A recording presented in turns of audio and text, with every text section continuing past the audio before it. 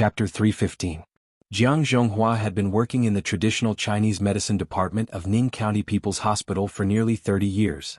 Now that he was an associate chief physician, he was a bit tired. Ning County People's Hospital mainly focused on Western medicine. Due to the relevant regulations, they had to set up a traditional Chinese medicine department, but they didn't pay much attention to it. So the patients who came to see the doctor were basically the old, weak, and disabled who couldn't afford the expensive medical fees. After all, the price of the common medicinal materials of traditional Chinese medicine was much lower than those who used intravenous drips, chemotherapy, and surgery. And the doctor's income depended on the number of patients and the medical fees. So compared to those popular departments, Jiang Zhonghua's life in Ning County People's Hospital was really bleak. So he always hoped that he could be transferred to Ning County People's Hospital, or Guan City People's Hospital, but he didn't have a strong connection. Although Ning County People's Hospital was under the jurisdiction of the health system, and Luo Han didn't have a strong backer in the health system, Luo Han's backer was the current secretary of the Provincial Party Committee, who was also a senior official in the health system of the province. Therefore, Jiang Zhonghua had every reason to believe that if he took good care of Grandpa Xian this time, he could successfully build a connection with the Xian family, and further gain Luo Han's favor. Maybe Luo Han would be happy and use his own connections to transfer him from Ning County to Guan City? After all, he had enough qualifications and his medical skills weren't too bad. He was just not as good as Professor Wu. But in the traditional Chinese medicine department of Ning County People's Hospital, he was also a leading figure. Moreover, Jiang Zhonghua clearly remembered that when Luo Han came in, he said that Grandpa Xian's illness would only be treated by Professor Wu from tonight to tomorrow morning, but after that, he still had to rely on Jiang Zhonghua. Grandpa Xian's crooked mouth and nose was a chronic disease. When Professor Wu came, he only carried out the first and most important emergency treatment to suppress the symptoms.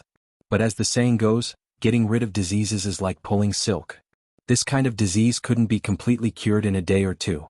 After all, Professor Wu was a professor in Shanghai Chinese Medicine Hospital, and he had to see a lot of patients, so he couldn't stay in Ning County for too long. Therefore, Grandpa Xian's recuperation still depended on Jiang Zhonghua.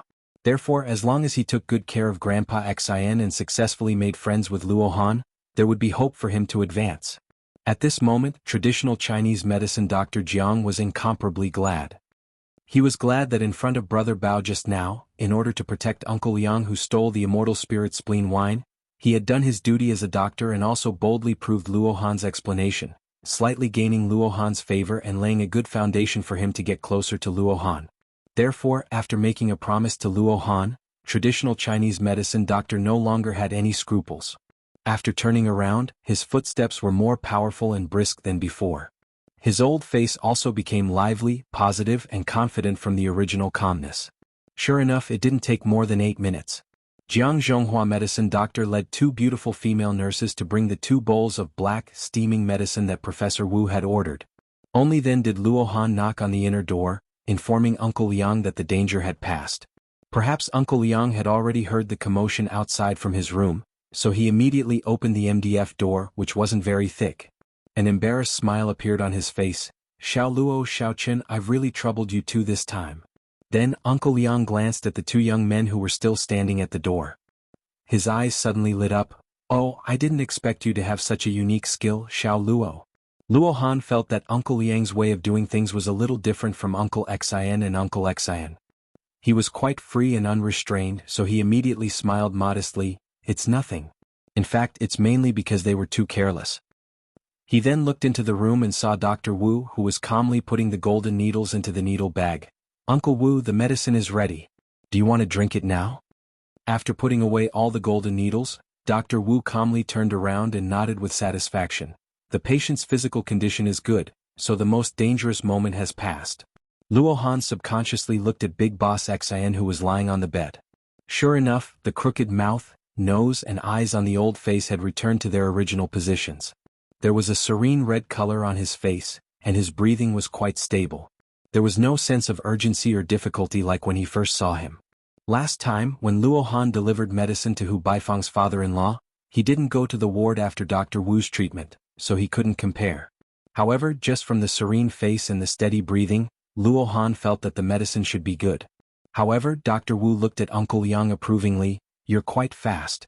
Let the patient drink the bowl of medicine first, and after a quarter of an hour, when the medicine takes effect in the patient's body, pour a cup full of immortal spirit spleen wine into a small porcelain cup and feed it to him. Then every 6 hours drink it according to this method. If there are no accidents, he can be discharged in a week. Hearing this, whether it was Uncle Yang, Uncle Xin, or second Uncle Xin, they all showed a bit of joy on their faces. Aunt Xin couldn't help but exclaim, "Oh, this is really amazing. I heard that there were people in our village who had this disease before, and it would take at least a few days for them to get better, and 2 weeks for them to be discharged. Just now Dr. Jiang also said that it would take about a month." Dr. Jiang smiled at the side. "In fact, if the medicine is right, the normal crooked mouth and nose will obviously get better in a few days, and basically he can be discharged in 2 weeks. However, your father is a little old and he has been stimulated, so there are other hidden dangers in his body, so I just said a few more days. However, Professor Wu's medical skills are superb, so it's normal for him to be cured in advance." Qin Xiao glanced at him with a faint smile. "I understand what you mean, Dr. Jiang. Logically speaking, a month's recuperation is actually not too long. However, my grandfather is not used to staying in the hospital, so we are naturally happy that there is a better way." Qin Xiao naturally knew that Dr. Jiang must have made a false statement about a month's time. However, when Dr. Jiang was facing the two young men, he still did his duty as a doctor, so Qin Xiao only vaguely pointed at him. The Xian family was not a rich family, and their financial situation was just average, even in the village. They were also used to being diligent and thrifty. A month's hospitalization fee in the People's Hospital of Ning County was at least tens of thousands. Even if Grandpa Xang could really afford it, how could he be willing to pay so much? Dr. Jiang just smiled embarrassedly. In the early morning, Yu Shu sat beside Yu Xiaoxiu's bed, holding a bowl to feed him medicine. Yu Xiaoxiu had been lying in bed for 3 days and his face finally had some color. Except for the occasional dizziness that he couldn't move, it was not a big deal. "Sister, are you still going to see Mother today?" Yu Xiaoxiu asked. Yesterday, he heard from Yu Shu about the process of rescuing Aunt Cui, so he knew that she took her to a house in the east of the city to temporarily live. "Yes, I'm going out today. I have to buy an old maid to send to Mother. Xiang Sui can't do rough work and they have to eat all day long." "Oh, then when you see Mother, tell her that I have been busy with homework recently, and I will visit her later. Don't tell her that I hurt my head." "Got it." After feeding him medicine, Yu Shu went back to her room to change her clothes. Just when she was ready, she heard Mrs. Shen's hurried voice outside the door. "Miss, young Master Jing is here." "Oh." Yu Shu stroked her collar and turned around. She walked out with some surprise and went to the front yard to meet someone. She thought that Jing Chen had come at the right time. She was about to ask him for some knowledge on Yi Shui. When she arrived at the door of the living room, Yu Shu looked inside and saw the person sitting in the living room. Her eyebrows trembled slightly. Jing Chen didn't come alone and he brought someone with him. Xiaoyu. As soon as Jing Chen saw Yu Shu, he stood up from the chair. Shui Yun, who was looking around the living room, turned her head and smiled at Yu Shu with him. "Miss Yu." "Miss Shui." Yu Shu nodded at the little junior sister Shui Yun and said to Jing Chen, "Why did you come to see me today? What's the matter?" Jing Chen said, "I came to tell you that I will be moving to the princess estate tomorrow. There will be a banquet at the princess estate the night after tomorrow, and I invite you to attend." As he spoke, Shui Yun, who was beside him, took out a letter from Jin Zhanzhan and handed it to Yu Shu. "This is the invitation to enter the estate that day. Miss, you must be there." Yu Shu looked at the invitation that was handed to her, and the corner of her mouth twitched. She didn't know why, but she felt a little uncomfortable. She felt that she and Jing Chen had suddenly become outsiders. Well, it should be like this. Yu Shu laughed at herself in her heart. No matter how close she was to Jing Chen, how could it be compared to his junior sister who grew up with him? In comparison, wasn't she an outsider? "Yes, I will be there." Yu Shu accepted the invitation. The group of thieves who murdered Jing Chen hadn't found any clues yet. Although Jing Chen now had the protection of the imperial family, she was still worried. There must be a lot of people attending the banquet at the princess estate. She had to go and take a look. Maybe there were people who wanted to harm Jing Chen among them. "Does Miss Yu have anything else to do later?" Shui Yun suggested. "If you're not busy, let's stroll around the capital together. Last time we went on a night trip, you couldn't come because you had something to do. You should be free today, right?" Yu Shu looked at her and then looked at Jing Chen. Seeing the latter's expectant face, she couldn't bring herself to refuse. She had a lot of things to do here, so she didn't have the time to go out and play. Moreover, it would be awkward for the three of them to go together. Jing Chen could see that Yushu was in a dilemma. He also saw that she was neatly dressed and looked like she was about to go out, so he asked, "Do you have something else to do?" Yushu nodded. "There aren't enough servants at home, so I need to buy a few servants. I can't go shopping today. Maybe next time." Jing Chen looked disappointed, but Shui Yun asked with interest, "Where can I buy servants?" Yushu was speechless. She didn't know where to find human traffickers. Shui Rui only told her to wait for him at home and said that he would take her there. At this time, a shout suddenly came from outside the gate. "Miss Yu is Miss Yu at home?" When Yushu heard that it was old Shui's voice, she turned her head and saw that there was a carriage parked outside the gate not far away. The curtains of the carriage window were hanging, and she could vaguely see Shui Rui sitting inside. "I'm here." "Wait a minute, I'll go out now." Yushu responded, turned her head and apologized to Jing Chen. "Brother Shui is here. Yesterday we agreed that he would take me to buy servants. Jing Chen, you and Miss Shui can go shopping. We'll go together next time." Jing Chen looked at the carriage parked at the gate and also saw the figure sitting in the carriage. He didn't know why he felt a little restless. He turned his eyes back to Yushu's face and said without thinking much, "I'll go with you." Yushu didn't expect that Jing Chen would propose to go with them. She was stunned for a moment, but then she heard junior sister Shui Yun clap her hands and say with a smile, "Yes, let's go together. I haven't seen selling servants yet." Could she say that she didn't want to go with them? Shui Rui's eyesight was excellent. Sitting in the carriage, his sight passed through the small open space in the front yard and directly saw the movement in the living room. He saw that Jing Chen and the junior sister from Dragon Tiger Mountain were there. He didn't know what they were talking about with Yushu. After a while the three of them walked out together. "Big brother." Yushu stood under the window, pointed at the two people behind her, and winked at him secretly. "Jing Chen came to send me an invitation. Where are we going later?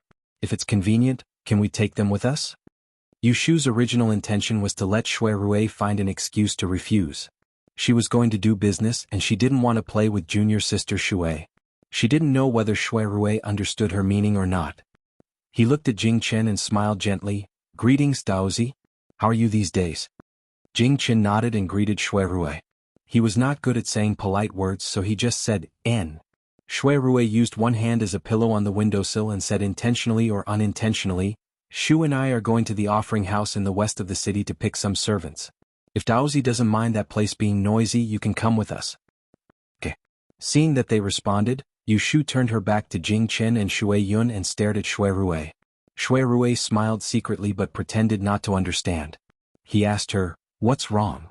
Yushu said angrily, "It's nothing. If you want to go, then go quickly. Get in." Shui Rui lifted his chin towards the interior of the car and gestured for her to get in. He then turned to look at Jing Chen and said, "The interior of my car is narrow, so I won't invite you to squeeze together. I saw that Daozi also came in a carriage, so you can follow behind us." "Let's go," Yushu and Jing Chen said and got into Shui Rui's carriage. She thought that since Jing Chen was accompanied by junior sister Shui Yun, she didn't want to join them.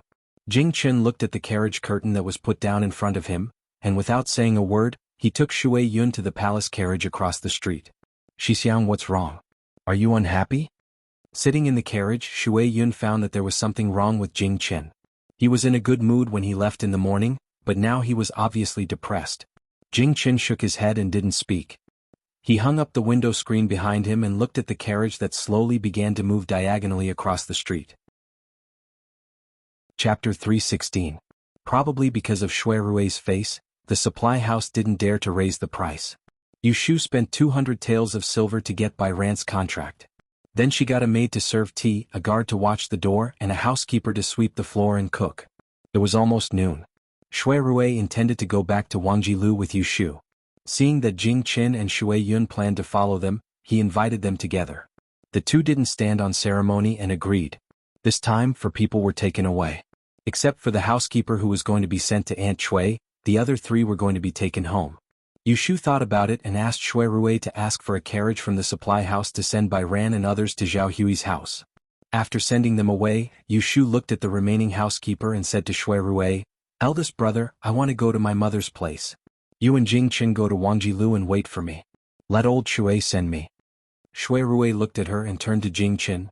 "Daozi, do you still remember where Wangjilu is?" Jing Chen nodded his head. He had been to that restaurant several times and knew the way. Shui Rui said, "Then you and Miss Shui go first. I will accompany Shu. Let's meet in Wangjilu later. After that, he didn't wait for Jing Chen to have any different opinions. He pointed to his carriage and let Yushu get on it first. Yushu hesitated for a moment and then got on the carriage. After thinking for a moment, she opened the curtain and said to Jing Chen, who was standing on the side of the road, "See you later." Shui Rui also got on the carriage. The housekeeper was arranged to sit next to old Shui. The carriage slowly moved. Jing Chen watched the carriage disappear around the corner and then heard Shui Yun calling him. Senior brother, let's also get on the carriage. It's a bit cold outside." Shui Yun pulled Jing Chen's sleeve. The weather was fine in the morning, but now it turned cloudy. The cold wind blew at the intersection, making her face red. Jing Chen turned his head and saw her shrinking her neck. Then he remembered that she had just recovered from her illness, so he stopped thinking. He quickly let her get on the carriage. At the corner of Aunt Chui's house in the east of the city, Yushu asked Shui Rui to wait in the carriage while she led the housekeeper to the small courtyard. Aunt Chui escaped from the Ji family for a few days and found the Ji family didn't send anyone to catch her. Now that he was safe and sound again, he had nothing good to say to Yushu. He scolded her for being unfilial and blamed her for causing him to live a hard life. Yushu knew that this woman was snobbish. The results of the grand examination had not been released yet, so she did not have any scholarly honors.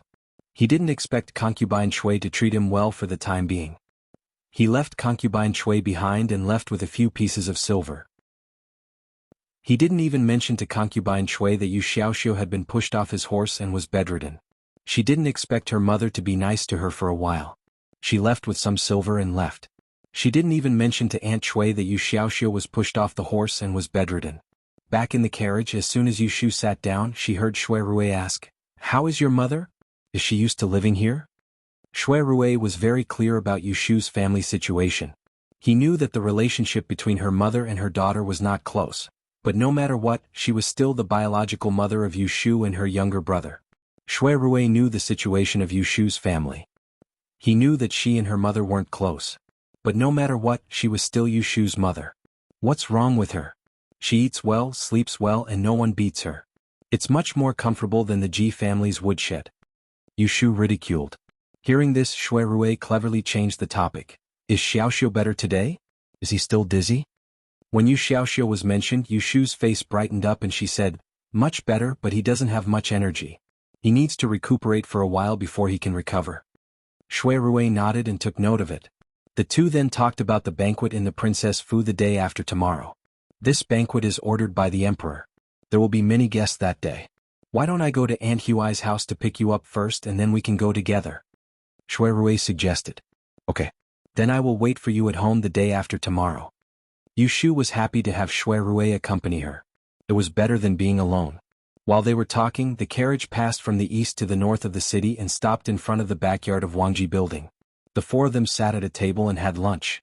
Originally, Shui Rui said that he would take them to a nearby theater to watch shadow puppets. However, Shui Yun seemed to have eaten something and was not feeling well, so Jing Chen had to take her away first. Yushu sent them to the backyard. Shui Yun got into the carriage first while Jing Chen stood outside. Before leaving, he had a chance to talk to Yushu. "Xiaoyu, you don't know where the Princess Fu is. I will send someone to pick you up the day after tomorrow." Previously, Yushu and Shui Rui had agreed to go together, so she shook her head and smiled. "No need to trouble yourself. I will go together with Shui Dage." Hearing this, Jing Chen subconsciously frowned. He looked at Shui Rui, who was standing behind Yushu. Seeing the two of them overlapping each other, he didn't know why his heart felt empty. "We are going back." Yushu watched Jing Chen's carriage leave. She couldn't help but let out a sigh of relief. She didn't know when she could no longer be as relaxed as before when facing Jing Chen. Shui Rui saw her every move. He was well aware of it, but he didn't point it out. He didn't explain it. He was waiting for Yushu to look down on their relationship and wait for the best time to make a move again. "Let's go in. Since we are here, I will check the account." She turned around and said to Shui Rui. The two of them went back to the restaurant one after the other. Shui Rui slowly followed her to the second floor with his hands behind his back. Shui Rui planned to have dinner with Yushu and then send her back. But in the middle of the afternoon, his subordinates came to Wangji building in a hurry. Shui Rui was not a person who would forget his private affairs for the sake of public affairs. He immediately said goodbye to Yushu and went back to the Supreme Court with his subordinates. Of course, he didn't forget to ask Lao Chui to stay and send Yushu back. After reading the account book, Yushu planned to go home. But as soon as she went out, she bumped into the waiter Guilu. "Miss, there is a letter for you." Guilu took out a yellow envelope and handed it to Yushu. Yushu took it and opened it. She asked curiously, "Who is looking for me?" Guilu shook his head. "Nothing. It's a maid. She asked me to give it to you." Yushu's mind brightened. She knew what was going on. She opened the letter again and saw that it was written by Xia Mingming. There was nothing elegant in the content. Xia Mingming must know that she was a rough person. "Ashu si Xinjia. We agreed to meet at the end of the month. I have been waiting for you for a long time. I will see you tomorrow." Ah. After reading the letter, Yushu patted her head. Things were so messy these days that she forgot about the meeting with Xia Mingming. Since the Lantern Festival, Xia Mingming and Ji Xingxuan went to Wangji Building to make a scene and were caught by her. It has been half a month. They have been writing to each other, but they haven't seen each other in private. She heard from Shui Rui that Xia Mingming was going to be the 9th prince's wife. She was worried about her. She had to see Xia Mingming in person first. "Where is the person who sent the letter?" Yushu looked up and asked. Guilu said, "He put the letter down and left." Yushu nodded and folded the letter. She put it in her arms. "Go and ask old Chui to send me home." Guilu said, "Eh." Not long after, he ran back with a dark red food box in his hand. "What is this?" Yushu asked while locking the door. Guilu smiled. "Young master asked the kitchen to stew it when he came this afternoon. He said that he wanted to bring it back for young master to eat." Chapter 317. Shui Rui brought Yushu to this place mainly to help Yu Xiaoxiu find a clean page boy to accompany her and find a few servants who knew her through and through. Secondly, he wanted to take this opportunity to take her out for a walk and change her mood. After all, the case of the Ji family had not been settled for a long time. She had a lot of troubles around her. She had nothing to do all day and he felt tired for her. Who would have thought that they would coincidentally run into Jing Chen and little junior sister Shui Yun, who came to look for Yushu. They followed them and disrupted Shui Rui's plan to travel together. But at the very least, she was now in his carriage and sitting in front of him. "Is the princess mansion repaired?" Shui Rui held his arm and pointed at the banquet invitation in Yushu's hand with his eyes. It was the one that Shui Yun had just given her in the living room. Without asking, he could guess what kind of banquet it was. Yushu nodded absent-mindedly and said, "Jing Chen will move from the palace to the princess mansion tomorrow. The banquet will be held the day after tomorrow. Why didn't you receive the invitation?" As the only biological son of Yun Huai and the late Princess Royal, Jing Chen had gone through many difficulties to reach the capital city. Ever since he entered the palace and met the emperor, he had been showered with love and care. The huge mansion that Princess Liue had left behind was bestowed to this nephew of hers. Some time ago, it had been renovated and was only waiting for its master. Shui Rui smiled and said, "I wasn't able to trouble Daoist disciple to personally come and invite me. I presume the invitation was sent to the estate early this morning, but I wasn't able to obtain it because I slept in the Forgotten Opportunity Pavilion last night." As he spoke, he reached out his hand and pressed the cuffs of his sleeves, which were embroidered with gold thread, until they were smooth, revealing a small portion of the snow-white lining. Yushu understood and gave him the banquet invitation. She came to her senses and asked, "By the way, you haven't told me where we are going today." Shui Rui opened the invitation and answered, "There is a residential house in the west of the city. I think you must have heard of it before." After listening to Shui Rui's general explanation, Yushu asked curiously, "According to what you said, this residential house is opened by the imperial court." Although it was said that when in Rome do as the Romans do, Yushu had only been an ancient person for a year. She hadn't started from scratch yet. She was still a stranger to the world. She was still very unfamiliar with the world. Otherwise, she wouldn't have been unable to find a servant. Shui Rui nodded. Thinking of what happened in the residential house, he just smiled and didn't elaborate. Yushu saw that he didn't want to say more, so she didn't ask again. She turned to care about other things. "Eldest brother, what kind of study companion do you think I should find for Xiaoxiu? Is it someone older or younger?" In Yushu's view, this servant was not only a nanny for Yu Xiaoxiu, but also a playmate. She must pay attention to it so as not to lead the only child of the Yu family astray. Of course, it was better to find someone older and sensible. Yu Xiaoxiu was 12 years old this year, so finding someone 13 or 14 years old was enough. "Don't worry, when we get there, you can choose one that you like." Shui Rui took a look at the time written on the banquet card and returned it to Yushu. He then turned around and took a glance through the window that was covered with green muslin at the back of the carriage. A horse carriage was following closely behind them. It wasn't far from Zhao Hui's house to the residential house. It was only a short distance, but Yushu hadn't been here before. On the way, they passed by several bustling streets and saw people selling snacks on the roadside. When the fragrance floated into the carriage, Shui Rui would ask the coachman Lao Chue to stop. He would bring 1 or 2 dishes for Yushu to taste. They also passed by Willow Bank Lake. There were spring flowers. Shui Rui would ask the carriage to slow down for Yushu to see, which wasted a lot of time. The journey that was supposed to take less than an hour had not even arrived after 2 hours. It was unknown whether Shui Rui did it intentionally or unintentionally, but he did not pay much attention to the people following behind him. Thus, along the way the 2 carriages were separated by each other. Jing Qin only sat sideways next to the window, relying on his hearing ability to faintly hear a few conversations and laughter in front of him, but he did not see anyone. Xixiang, the weather is getting warmer and warmer. It's a good time to go out and explore the spring. I heard from Chong Yun that there are several Taoist temples outside the city. Why don't we find a day to visit them? Yes, Jing Qin answered. Shui Yun held her snow-white face with her hands and looked at the scenery outside the window. She then looked back at Jing Chen and smiled brightly. Now that you have the Ode of Longevity to protect you, you don't have to be careful anymore. You don't have to be afraid that Kei Xing will attack you all the time. Yi Xixiang, it's so good to sit face to face with you like this. These words inadvertently revealed Jing Chen's strange and unknown secret. This sister apprentice who had been looking for him all the way from Dragon Tiger Mountain actually knew it. Hearing her sigh and thinking of the time in the mountain, a smile appeared on Jing Chen's handsome face. He turned his head to look at Shui Yun and slowly said, "Sure, Shu allows you to go down the mountain to cultivate. Don't always think about playing around. After the banquet at the Princess Fu, I will ask His Majesty to send you to the Celestial Commissioner. Cultivating is the right thing to do." I know. Shui Yun pouted. Her black and white eyes turned half a circle. She whispered, "Of course I remember the right thing." As they were talking, the group finally arrived at the Celestial Commissioner's courtyard. The 2 carriages stopped on the opposite side of the street. Jing Qin got off the carriage and turned his head to see the carriage in front.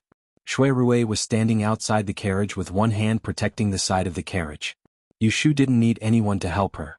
She jumped down and stood firmly. She raised her head and said something to Shui Rui before turning to look at him. There was still a smile on her face. It was obvious that she was in a good mood. The main gate of the Celestial Commissioner's courtyard opened to the north. There was a row of old poplar trees in front of the gate. 2 neat and tidy manservants stood inside the gate, welcoming people in and out. Is it here? Jing Qin and Shui Yun walked forward and asked. Shui Rui nodded and led the 3 who had not seen the world into the main gate. He waved to a manservant who followed and walked towards the east courtyard with familiarity. The outside of the Celestial Commissioner's courtyard looked like an ordinary luxurious residence. There were no pavilions or pavilions on the inside. There were long corridors that led to flower halls and tea rooms. Along the way, Yushu saw several people dressed as stewards leading 2 or 3 or 5 clean and tidy people into different rooms. But because there were flower curtains hanging in front of the doors, she couldn't see what was going on inside. At the corner, there was a tea room with a bamboo curtain hanging in front of the door. It seemed different from the room they had seen along the way. Shui Rui stopped and reached out to push the curtain open. He first invited Jing Qin and Shui Yun to enter before walking in with Yushu. There was no one in the tea room. It was spacious, but the windows were bright and clean. There were no furnishings except for tables, chairs and 2 paintings on the wall. Shui Rui gestured for them to sit down. Shui Yun sat next to Jing Qin. Yushu walked around the room before sitting on the empty armchair next to Shui Rui. She asked in confusion, "We are just sitting here. Don't we need to call someone to greet us?" Chapter 318. Yushu's group of 4 sat and waited for a while in a tea room in the consecrator courtyard. 2 cups of tea were exchanged before a middle-aged manager with hair and a brown fur collar walked in hastily, and he swept the room with a calm and collected expression before wiping off the sweat on his forehead. He felt strange in his heart that there were so many people here, yet he didn't know that the other 2 were here to join in the fun. He bowed toward Shui Rui and apologized. "I'm late, Lord Shui, please don't take offense." Shui Rui waited for a while, but he didn't look unhappy. He raised his hand and said, "It doesn't matter. How is it? Do you have a count of the people I asked you to choose?" Yushu often heard people calling Shui Rui First Young Master Shui respectfully. Of course, there were also people calling him Lord Shui. It could be seen that Shui Rui preferred the latter. Of course, Lord Shui asked someone to tell me yesterday. I dare not neglect it. The middle-aged steward hurriedly took 2 steps forward and took out the booklet from under his armpit. His fingers were sticky with saliva. As he flipped through the pages, he said, "There aren't many boys in the courtyard these days. There are only 4 who are well-educated, sensible, and well-behaved. I've picked them out. In terms of family background, the best is the grandson of the former Jiangzhou provincial governor, Bai Wei. He just turned 12 last month. He is good at painting and is good at both literature and martial arts. His family has a set of long boxing. His birth date is good and he is beautiful. He has been disciplined in the courtyard for a year and has a gentle temperament. If there is anything wrong with him, he just doesn't talk much." Listening to the steward's report, Jing Qin and Shui Yun, the 2 Taoist disciples, did not have any strange expressions. Only Yu Shu revealed a trace of surprise. She was here to pick a servant, so why was the talent that this steward mentioned was actually the descendant of an official? He did not look like someone who was suitable to be a study attendant. He was good enough to be adopted as a son. How much does it cost? In fact, Yu Shu didn't know much. The common servants referred to servants who had been sold. However, servants were also divided into high and low ranks. The better ones were the children of rich and powerful families. He had been educated since he was young, but he didn't let out much. Those who came close to it were poor people who sold themselves as slaves because of poverty or famine. Apart from that, there was also a type of servant who had a high status. He also had a good upbringing, his body was pure and clean, but because his family declined, he was reduced to a slave because of his crimes, and entered the Ministry of Revenue's slave registry, and was detained by the imperial court, unable to escape. They could only serve others as slaves, and this type of servant could never be bought outside. Even more despicable would be the prostitutes in the brothel. That's enough. You don't have to read them out one by one, Shui Rui interrupted the middle-aged manager. Bring the people you just mentioned to me first. Let me take a look at them. Yes, sir, please wait a moment. The middle-aged steward closed the booklet and turned to Yu Shu. Young master, young lady, please wait a moment as well. He retreated to the door and gave the order. Not long after, servants carried 2 small tables in. 4 treasures of the study were placed on the table, and a pair of cushions were placed on the ground. Yu Shu was puzzled about what was going on when she saw the steward who had just left leading a few people back in. Looking closely, there were 4 youths. Their figures weren't ordinary, but they all had good looks. Their heads were lowered, and her expression couldn't be seen. But their ages were about the same, and they wore cotton robes of the same style. Their colors were different, and the most eye-catching one was the one in the middle in a blue robe. His lips were red and his teeth were white. He was very beautiful, and no one would believe that he wasn't a child raised by a rich family.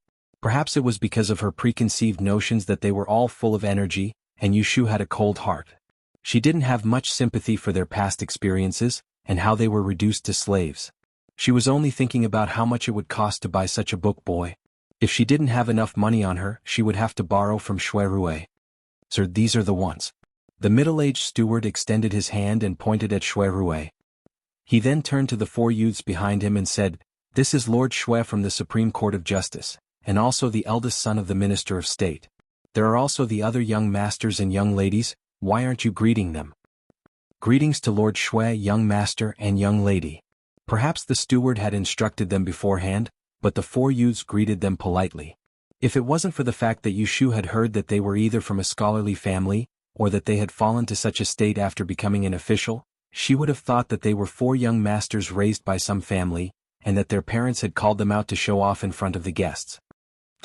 Shui Rui wiped the teacup in his hand and looked at them one by one.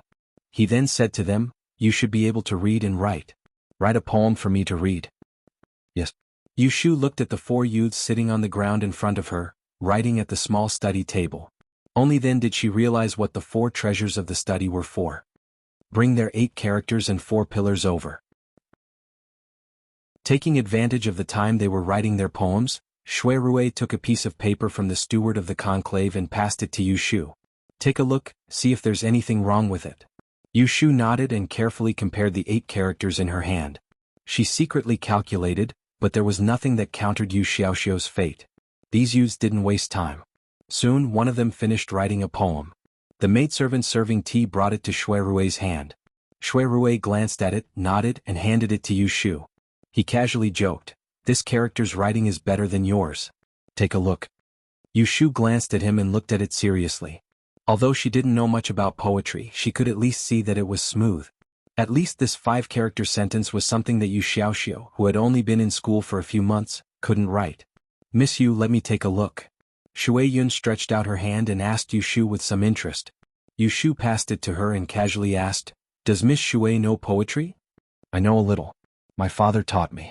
Shui Yun nodded and tilted her head to look at Jing Chen with a smile, "But I'm not as good as senior marshal brother. Miss Yu doesn't know, but my second marshal uncle said that if senior marshal brother went to the capital to take the imperial examination, he might be able to become the top scorer." "Oh, is that so?" Yu Shu turned her head to look at Jing Chen. Her mood was a bit complicated. She couldn't help but say, "I've known you for so long, but I didn't know you knew poetry." After saying that, she felt that she had spoken too quickly. Her words sounded like she was complaining and more or less sounded a bit depressed. However, this was inevitable. No matter what, Jing Chen was the person she had liked wholeheartedly. He was a man who she had wanted to spend the rest of her life with. How could she just say that she didn't care? Jing Chen met Yu Shu's gaze. It was unknown if he had noticed something, but he seriously said, "At that time I lost my memory. I could even forget martial arts and Taoism, let alone these things. If I don't remember, how would you know?" Yu Shu's eyes moved and she said in a low voice, "That's true." Jing Chen still wanted to say something, but Shui Yun pulled his sleeve to look at the poem and diverted his attention. Yu Shu looked at the pair of martial siblings who had a close relationship in front of her and couldn't help but feel a bit uncomfortable. When she turned her head, she happened to meet Shui Rui's dark and bright eyes. Her eyelids immediately twitched. Afraid that he would see through her discomfort, she coughed to conceal it and said, "Didn't you say that this place is interesting? How come I don't see it?" Shui Rui moved his gaze away and casually pointed at a youth below. He said in a warm voice, "Tell me about your background." Chapter 319. Bai Ran's life experience wasn't strange, but it could be said to be full of twists and turns. His grandfather was once a high-ranking official, and he grew up in luxury. However, after his birth mother passed away, he was mistreated by his stepmother, and he suffered hardships at a young age. Later, his grandfather, Bai Wei, delayed the military plan in the northwest town 2 years ago, and angered the emperor. His entire family, old and young, were punished. Some died and some became slaves. Bai Ran was sent to the upper house and now it had been a year. After the time it took to finish a cup of tea, Yu Shu was engrossed in listening, and she sighed slightly with emotion and sighed with emotion. She even understood where the interesting Shui Rui spoke of was.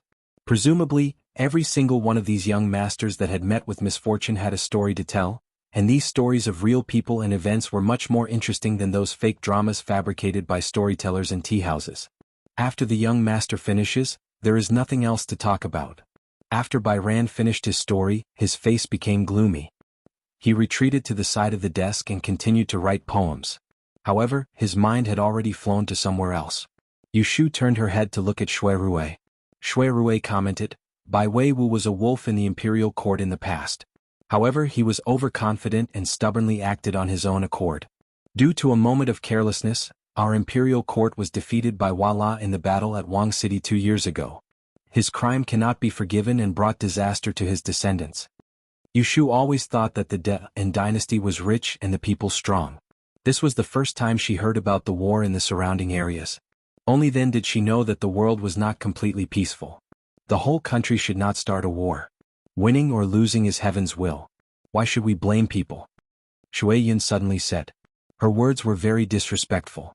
She said that the people who led the army should be blamed for the defeat. Wasn't that referring to the emperor? Everyone in the room turned their heads to look at her in surprise. However, she was calm and composed as if she did not know that her words were shocking. At the same time, Jing Chen, who had not spoken much, did not change his expression. Miss Shui is a person of Taoism. Naturally, you are weak and do not fight. Alright, let's not talk about national affairs. Let's listen to the other people's life experiences. Shui Rui smiled and changed the topic. This also made the people in the room calm. A look of understanding appeared on her face. Yu Shu touched her chin and secretly glanced at Shui Yun again. She didn't know much about her junior sister in the Celestial Master Taoism. But from what he had said just now, perhaps he was a straightforward person.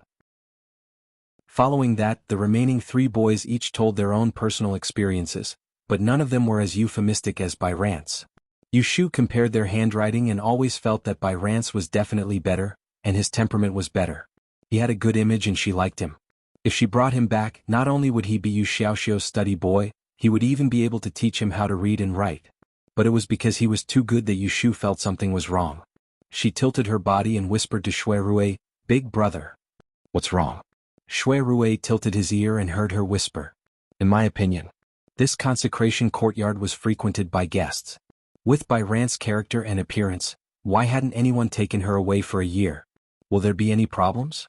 Yushu's worry was not unreasonable. After all, she bought him to accompany Yu Xiaoxiu. She didn't want to bring any trouble back. Shui Rui also had this little doubt. Bai Ran had been taken care of very well in the consecration courtyard. It was reasonable to say that she should have been taken away long ago. There must be something fishy about keeping her until now. So he thought for a moment and put down the tea. He called the middle-aged steward to him and pointed at Bai Ran. His face was slightly cold. "Is this person clean?" Seeing his serious face, the steward hurriedly replied, "Clean, of course clean. What are you talking about? I'm scared and don't dare to deceive you. I won't hide it from you. This person is personally taken care of by me. Since last February she hasn't even left the gate of the consecration courtyard. How could she cause trouble?" Shui Rui's complexion improved. He waved his hand to let the steward retreat to the side. Then he asked Yushu, "Have you seen him? Which one do you think is suitable?" When Yushu heard what the manager said just now, she felt a lot more at ease. She didn't waste any time and immediately raised her chin towards Bai Ran. She said, "Let's choose him. Based on his character he should be compatible with little Xiu." After seeing good people, who would pick a bad one? The middle-aged steward had long seen that the person who wanted to buy the person was not Shui Rui. But he didn't care about anything. After all, in the consecration courtyard, the person who came was the master. If you can afford the price, you can take the person away. Shui Rui nodded and said to the steward, "Bring me his list and the indenture contract." The steward happily said, "Wait a moment, I'll go." Bai Ran, who stood below, heard their conversation, and her beautiful face suddenly went grim. She swiftly raised her head to glance at Shui Rui, and she shuddered without anyone noticing. Her lips trembled as she suddenly spoke in a low voice. Her voice wasn't loud, yet it was heard by everyone in the room. I'm not willing to sell." The corners of Shui Rui and Yushu's brows raised at the same time when they heard this. The manager walked to the door before turning around with an embarrassed expression, and he first smiled apologetically to Shui Rui and said, "Sir, please don't blame him. It's the first time he's met a guest, and he was too nervous and lost his sense of propriety. Please sit down. I'll take him to the back and preach to him. I'll bring him back later." With that, she winked at the servant at the door. Someone came forward and supported Bai Ran's arm. He wanted to take him out, along with the other 3 youths who were not chosen. Yushu clearly saw that among those who were submissive, only Bai Ran showed a struggling face. The youth's eyes were full of unwillingness, which made her heart inexplicably moved. After pondering for a moment, she called out to the steward, "Wait a minute, don't leave in a hurry. Let me ask him a few questions." The steward was hindered by Shui Rui, so he couldn't refuse. He had to stop the person and turn back to answer. "You just said that you don't want to sell yourself?" Yushu bluntly asked. Bai Ran braced himself and said, "Yes, I don't want to go out and be a slave. I'd rather stay in this consecration courtyard for a lifetime." Yushu frowned. She couldn't tell what was strange. She vaguely felt that the reason Bai Ran didn't want to sell himself was not because he couldn't bear to be a slave to serve others, but because of some other reason. Since you've entered the consecration courtyard, sooner or later you'll have to be a slave. Whether you're willing or not, it's not up to you. Why do you have to be so stubborn? Shui Rui could roughly see that Yushu was very fond of this Bai Ran to be Yu Xiaoxiu's errand boy. She also somewhat cherished talents. So, with a good temper, he persuaded Bai Ran, "My sworn sister is taking you back, but not for any other purpose. She has a younger brother who is smart and sensible. He's about the same age as you and he needs an errand boy to accompany him.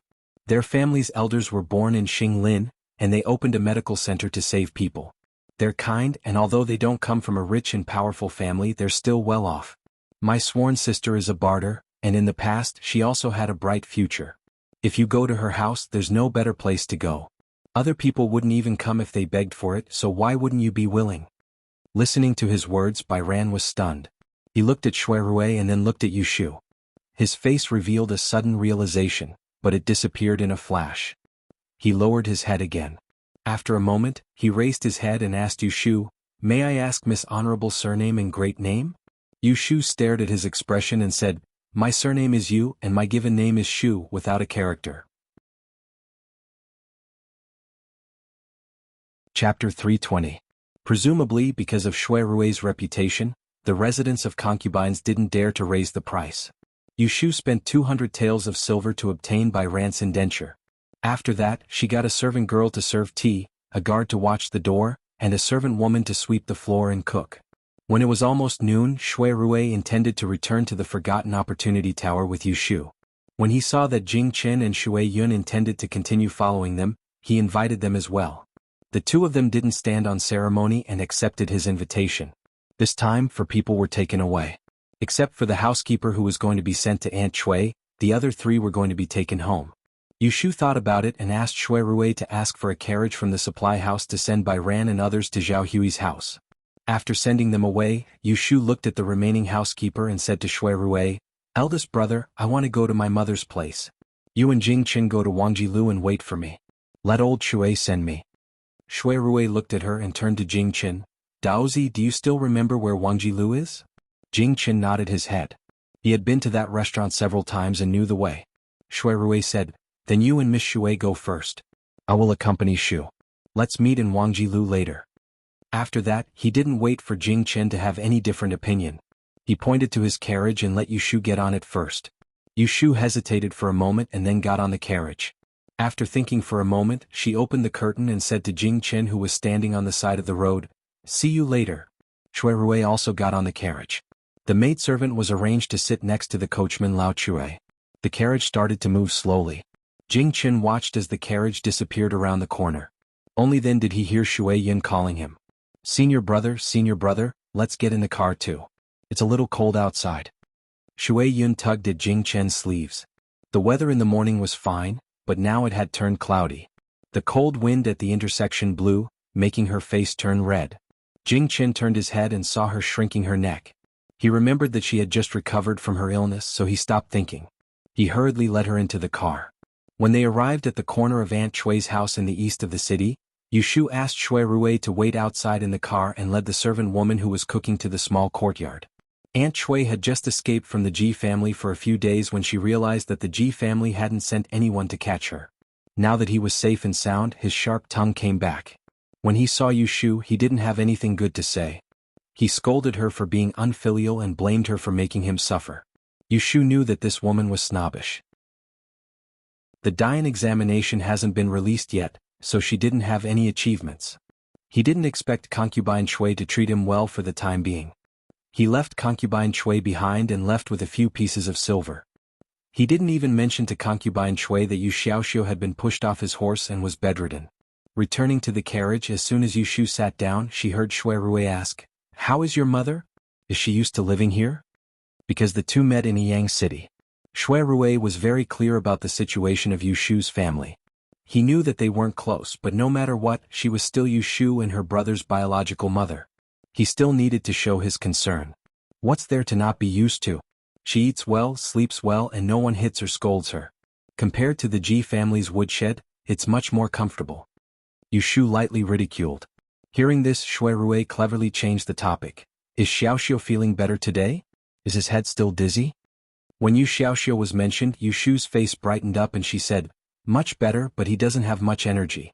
He needs to recuperate for a while before he can regain his strength."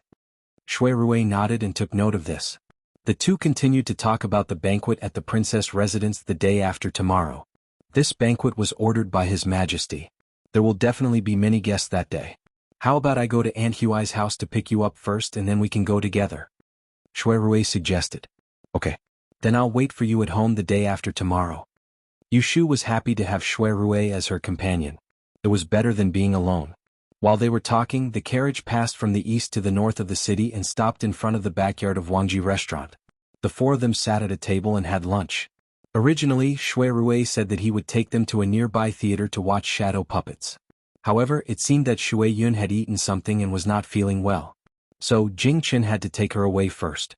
Yushu sent them to the door of the backyard. Shui Yun got into the carriage first while Jing Chen stood outside. Before leaving, he finally had a chance to speak to Yushu. Xiaoyu, you don't know where the princess residence is. I'll send someone to pick you up the day after tomorrow. Previously, Yushu and Shui Rui had agreed to go together. So, she shook her head and smiled. No need to trouble yourself. I'll go with Shui Dage. Hearing this, Jing Chen subconsciously frowned. He looked at Shui Rui, who was standing behind Yushu. Seeing the two of them overlapping each other, he didn't know why his heart felt a little empty. We're going back. As Yushu watched Jing Chen's carriage leave, she couldn't help but inwardly let out a sigh of relief. She didn't know when it started, but she couldn't be as relaxed as she used to be when facing Jing Chen. Shui Rui saw her every move. He was well aware of it, but he didn't point it out. He didn't explain it. He was waiting for Yushu to look down on their relationship and wait for the best time to make a move again. Let's go in. Since we're here, I'll check the account. She turned around and said to Shui Rui. The two of them went back to the restaurant one after another. Shui Rui clasped his hands behind his back and slowly followed her to the second floor. Shui Rui planned to have dinner with Yushu and then send her back. But in the middle of the afternoon, his subordinates came to Wangji restaurant in a hurry. Shui Rui was not a person who would forget his private affairs. He immediately greeted Yushu and went back to the Supreme Court with his subordinates. Of course, he didn't forget to ask Lao Chui to send Yushu back. After reading the account book, Yushu planned to go home. But as soon as she went out, she bumped into the waiter Gui Lu. Miss, someone sent a letter to you. Gui Lu took out a yellow envelope and handed it to Yushu. Yushu took it and opened it. She asked curiously, who is looking for me? Gui Lu shook his head. Didn't say. It's a maid. She asked me to give it to you. Yushu's mind lit up and she knew what was going on. She opened the letter again and saw that it was indeed Xia Mingming's handwriting. There was nothing fancy about the content. It seemed that Xia Mingming also knew that she was a rough person. Ashu Si Xinjia. We agreed to meet at the end of the month. I've been waiting bitterly, but I've been waiting for so long. Ah. After reading the letter, Yushu patted her head. Things were so messy these days that she forgot about the meeting with Xia Mingming. On the day of the Lantern Festival, Xia Mingming and Ji Xingxuan had caused a ruckus at the Wangji Tower and were caught by her.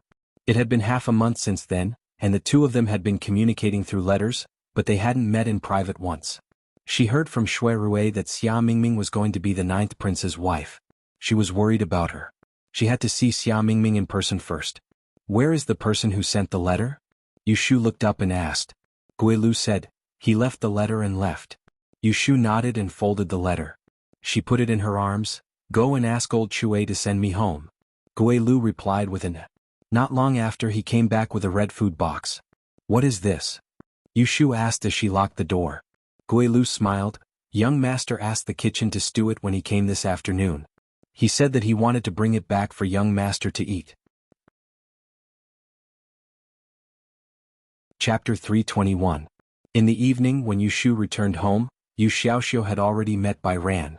From Bai Ran's mouth, he found out that Yushu had bought him a page boy. After dinner, Yushu called the people she bought today to Zhao Hui. Zhao Hui kindly recognized them and assigned them detailed tasks to do. She also arranged a place for them to eat and sleep. Then Yushu pretended to be a black face and reprimanded them a few words before letting them go with Shin Mama. After they left, Zhao Hui asked her about Bai Ran. Yushu said that Bai Ran was a scholarly son who had fallen on hard times. In the morning when she took him out of the senior's courtyard, she told Bai Ran not to tell the family about his life. She was afraid that Zhao Hui would feel uncomfortable knowing that he was the son of the provincial governor's family. So Bai Ran was very obedient and didn't say anything. Zhao Hui was a woman and couldn't read many words. When she heard that Bai Ran was literate and could read, she had a much higher opinion of him. She discussed with Yushu, this child, I think he is a sensible child. His life is also pitiful. Since he is found to accompany Xiaoxiu, I think we shouldn't arrange for him to live in the servant's room. Let him sleep in the same room as Xiaoxiu. Boys also have something to talk about so that Xiaoxiu won't have to lie in bed for a few days. What do you think? Yushu nodded and agreed, as long as godmother thinks it's good. Yu Xiaoxiu's room was spacious. There was a small room opposite the hall, which was originally empty for the page boy. There was a set of simple furniture in the room.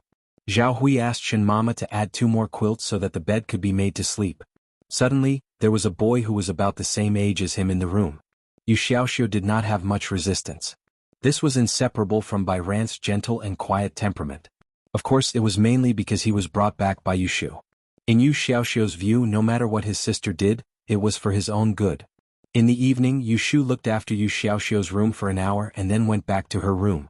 She had been running outside during the day and was a little tired. She leaned against the headboard of the bed and read for a while with the classics. Then he fell asleep. On the other hand, Yu Xiaoxiu slept a lot during the day and couldn't sleep well at night. He supported his tightly wrapped head and sat up from the bed. He put on his clothes and got out of bed. Just as he was about to find a book on the table to read, he heard a soft voice outside the door. "Young master, have you rested?"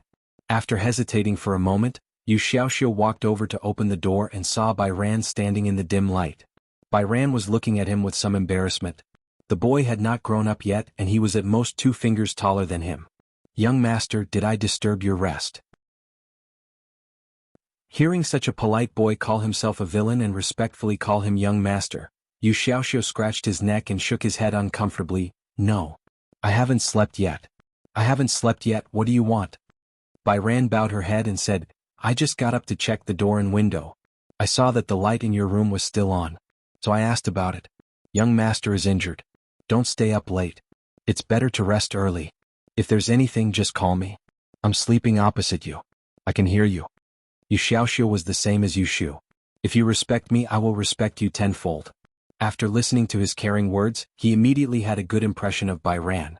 Just as he was bored and couldn't sleep, he moved sideways to make way for him and called him in. "I have been sleeping during the day. This will make me dizzy lying in bed, so I got up to find a book to read. Come and accompany me." When Yu Xiaoxiu was in Yang City, he was often bullied by others.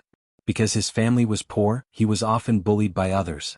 His temperament was eccentric and he had an inferiority complex. When he was a teenager, he was still a little gloomy. After he followed Yu Shu to the capital, his personality gradually became more cheerful. A boy of his age loved to make friends. He felt that Bai Ran was a newcomer and sold herself as a slave. She didn't even have a relative. "Yes, young master." Bai Ran followed Yu Xiaoxiu's intention and entered his room. He looked around the room. He had been here during the day. The size of this room, compared with his residence when he was a young master in Jiangzhou's Bai mansion, was really small. However, even though the house was small, it had everything it needed. There was a desk, a bookshelf, a vase, calligraphy and paintings. It had everything it needed and it was clean and tidy. There was even a brand new short bow hanging on the wall. For a family like this, it was quite rare. It could be seen that Yu Xiaoxiu was very spoiled at home. "Don't stand, sit down." Yu Xiaoxiu pointed to the tea chair and took the lead to sit down. He opened the gauze button on the tea table. There were 2 plates of delicate and small desserts. They were brought back by Yu Shu from Wangji building and were specially prepared for Yu Xiaoxiu by Shui Rui's order. A piece of suha blowing leaves and a piece of candied peach cake were Yu Xiaoxiu's favorite sweets. Yu Xiaoxiu had eaten a lot at dinner, so he didn't have time to taste the desserts. He was hungry in the middle of the night, so he picked up a piece and stuffed it into his mouth. He handed another piece to Bai Ran and said, "Try it." "Thank you, young master." Bai Ran had been taught in the Institute for Concubines for a year. He learned a lot about people's expressions. He could see that Yu Xiaoxiu liked him. He breathed a sigh of relief and took a bite of the dessert. The faint fragrance of lotus spread in his mouth. It was so sweet that he was stunned and triggered a vague memory. This dessert, well, what? Yu Xiaoxiu didn't understand what Bai Ran said, so he looked up and asked him. Bai Ran came to his senses and smiled implicitly. "This dessert is really delicious." Yu Xiaoxiu didn't think much and generously pushed the plate in front of him. "If it's delicious, you can eat more. Wait here, I'll go pour some tea." Then he stood up and walked to the bedside to pick up the teapot. Bai Ran saw this and hurriedly stood up to stop him. "Young master, don't move, let me do it." Seeing that he was flustered, Yu Xiaoxiu touched his head and sat back. When he came to pour tea, he stared at him for a while and suddenly said, "That Bai Ran, right? My sister said that you should study with me in the future and see each other all day. Don't call yourself a villain in the future. I feel uncomfortable. What do you think?" Bai Ran, who was pouring tea, paused and raised his head to look at Yu Xiaoxiu. Under the light, his eyes met with Yu Xiaoxiu's simple and pure eyes. He couldn't help but grin and nod. "All right." Yu Xiaoxiu felt comfortable. He felt that he was a little closer to this fair and clean boy in front of him. He stretched out his hand and patted him on the shoulder with a smile. "My sister said that you can read. Did you go to school before?" Yu Xiaoxiu asked curiously. "Yes, I went to home school for 2 years." Bai Ran replied modestly. "That's good. I've only studied in textbooks for a few months. There are many words that I don't recognize. Yu Xiaoxiu said enviously. There are words that I don't know either. Young master, where are you going to school now? In Baichuan Academy. Have you heard of it? It's in the north of the city. When my injury is healed, I'll take you to the academy. All right, do you know how to ride a horse? Chapter 322. Yesterday, Xia Mingming sent someone to deliver a letter to the forgotten airport. The next afternoon, Yu Shu went to wait for her as promised. Xia Mingming was very punctual. As soon as the sun set, she showed up. Yu Shu asked the shopkeeper in the front building, Old Lin, to keep an eye out for Xia Mingming. When Xia Mingming appeared, he immediately led her to the back building to meet her. Knock knock. Lin Fu knocked on the door on the second floor. Miss Xia is here. Xia Mingming stood outside the door, visibly excited. Her watery eyes stared at the door, waiting to see Yu Shu. Let her in, the door isn't closed. Yu Shu was sitting in the living room with her legs crossed, drinking fruit tea. She could see the figure on the screen and had just responded when a yellow figure squeezed into the room. They looked at each other and realized that they had reunited. Yu Shu was still fine, but Xia Mingming could not help but pout. He looked like he was about to cry and felt wronged. Yu Shu was the most annoying person who made people cry. She frowned when she saw this scene. She didn't open her mouth to greet him, nor did it sound like she hadn't seen him for a long time. Instead, she sounded a little impatient. Why are you still in the capital? Didn't you say that you wanted to go back to the south and find a remote mountain or forest to seek immortality? What Yu Shu mentioned was a secret of Xia Zhang's family. It had been passed down by Xia Mingming himself. As of now, it was a somewhat old matter. Speaking of which, the Xia Jiang family was the leader of the Southern School of Yi, but they didn't have many children. In recent years, there were signs of a lack of talent in the School of Yi, so the older generation came up with a rotten idea, to send the girls of the family to the mountains to seek the Tao. This was akin to sacrificing the children to lure the wolf. As the Xia Jiang family's fifth miss, Xia Mingming was originally the Xia Jiang family's candidate for this generation to seek the Tao. However, Xia Mingming heard the news in advance and was unwilling to accept the fate of the rest of her life, so she ran away from home. She wanted to participate in the triennial De Yen examination in the capital to escape. Who would have thought that she would suffer along the way? She became acquainted with Yu Shu and the others, forming a friendship through trials and tribulations. However, Xia Mingming dreamt that her fourth sister was murdered. After she contacted someone to warn them, the one who should die still died. The young lady of Xia Zhang's family was murdered in Taisher Library. This case caused a sensation in Anling City for a while. When Xia Zhang's family received the news, someone in charge quickly came to the capital, so Xia Mingming was naturally arrested. After that, Yu Shu went to look for Xia Mingming, but Xia Mingming's father seemed to be quite wary of her. Yu Shu stopped her from seeing him. After not seeing him for a few times, Yu Shu also calmed down. Originally, she thought that the two of them would never see each other again. Who knew that they would meet again on the opening day of the Wang Ji building half a month ago? What made Yu Shu feel even more uncomfortable was that at that time, Xia Mingming and Ji Xingxuan, that girl, looked like two sisters. If she didn't know that Xia Mingming didn't know about her grudge with the Ji family, it was understandable that she would be won over by Ji Xingxuan, who was good at money and power. Just based on this point, Yu Shu would definitely not pay any attention to this former friend in trouble, no matter what Xia Mingming was secretly planning. She didn't want to make friends with an ungrateful wolf. Shu, I'm sorry for making you worry about me these days. Xia Mingming walked in front of Yu Shu with red eyes. Her two white and tender little hands were placed in front of her, not knowing where to put them. She was like a child who had made a mistake. She couldn't be blamed for this. From a moral point of view, she was indeed the one who had let Yu Shu down. Speaking of how Yu Shu treated Xia Mingming, there was nothing to say. They met by chance. She saved her life in the past and took care of her later. Coupled with their friendship, perhaps in Xia Mingming's eyes, except for her father, there was no one else in the world. Yu Shu was the one who was closest to her. What did I worry about? Don't flatter yourself. Yu Shu pursed her lips. She didn't want to admit that at the beginning, she was indeed worried about Xia Mingming's situation. But after she used the time of calamity to divine for him and knew that he was safe, she gradually put him at the back of her mind. Xia Mingming didn't mind Yu Shu's cold words. It was probably because she had written some things about herself in the letters she had sent to Yu Shu. It wasn't hard for her to speak now, but she was careful.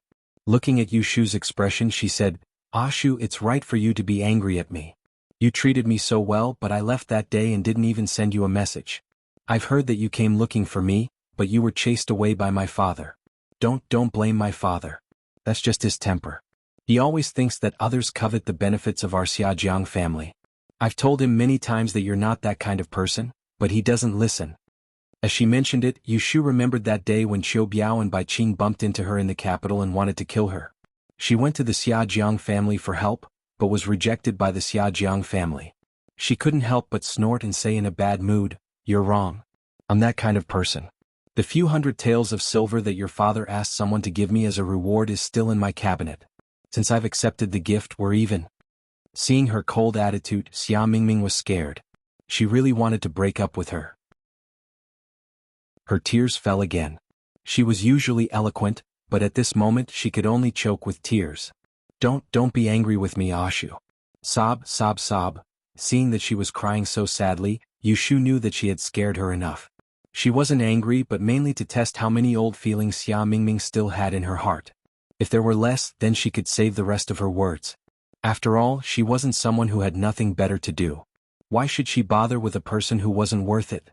She could just say a few perfunctory words and send him away. Yushu's face softened.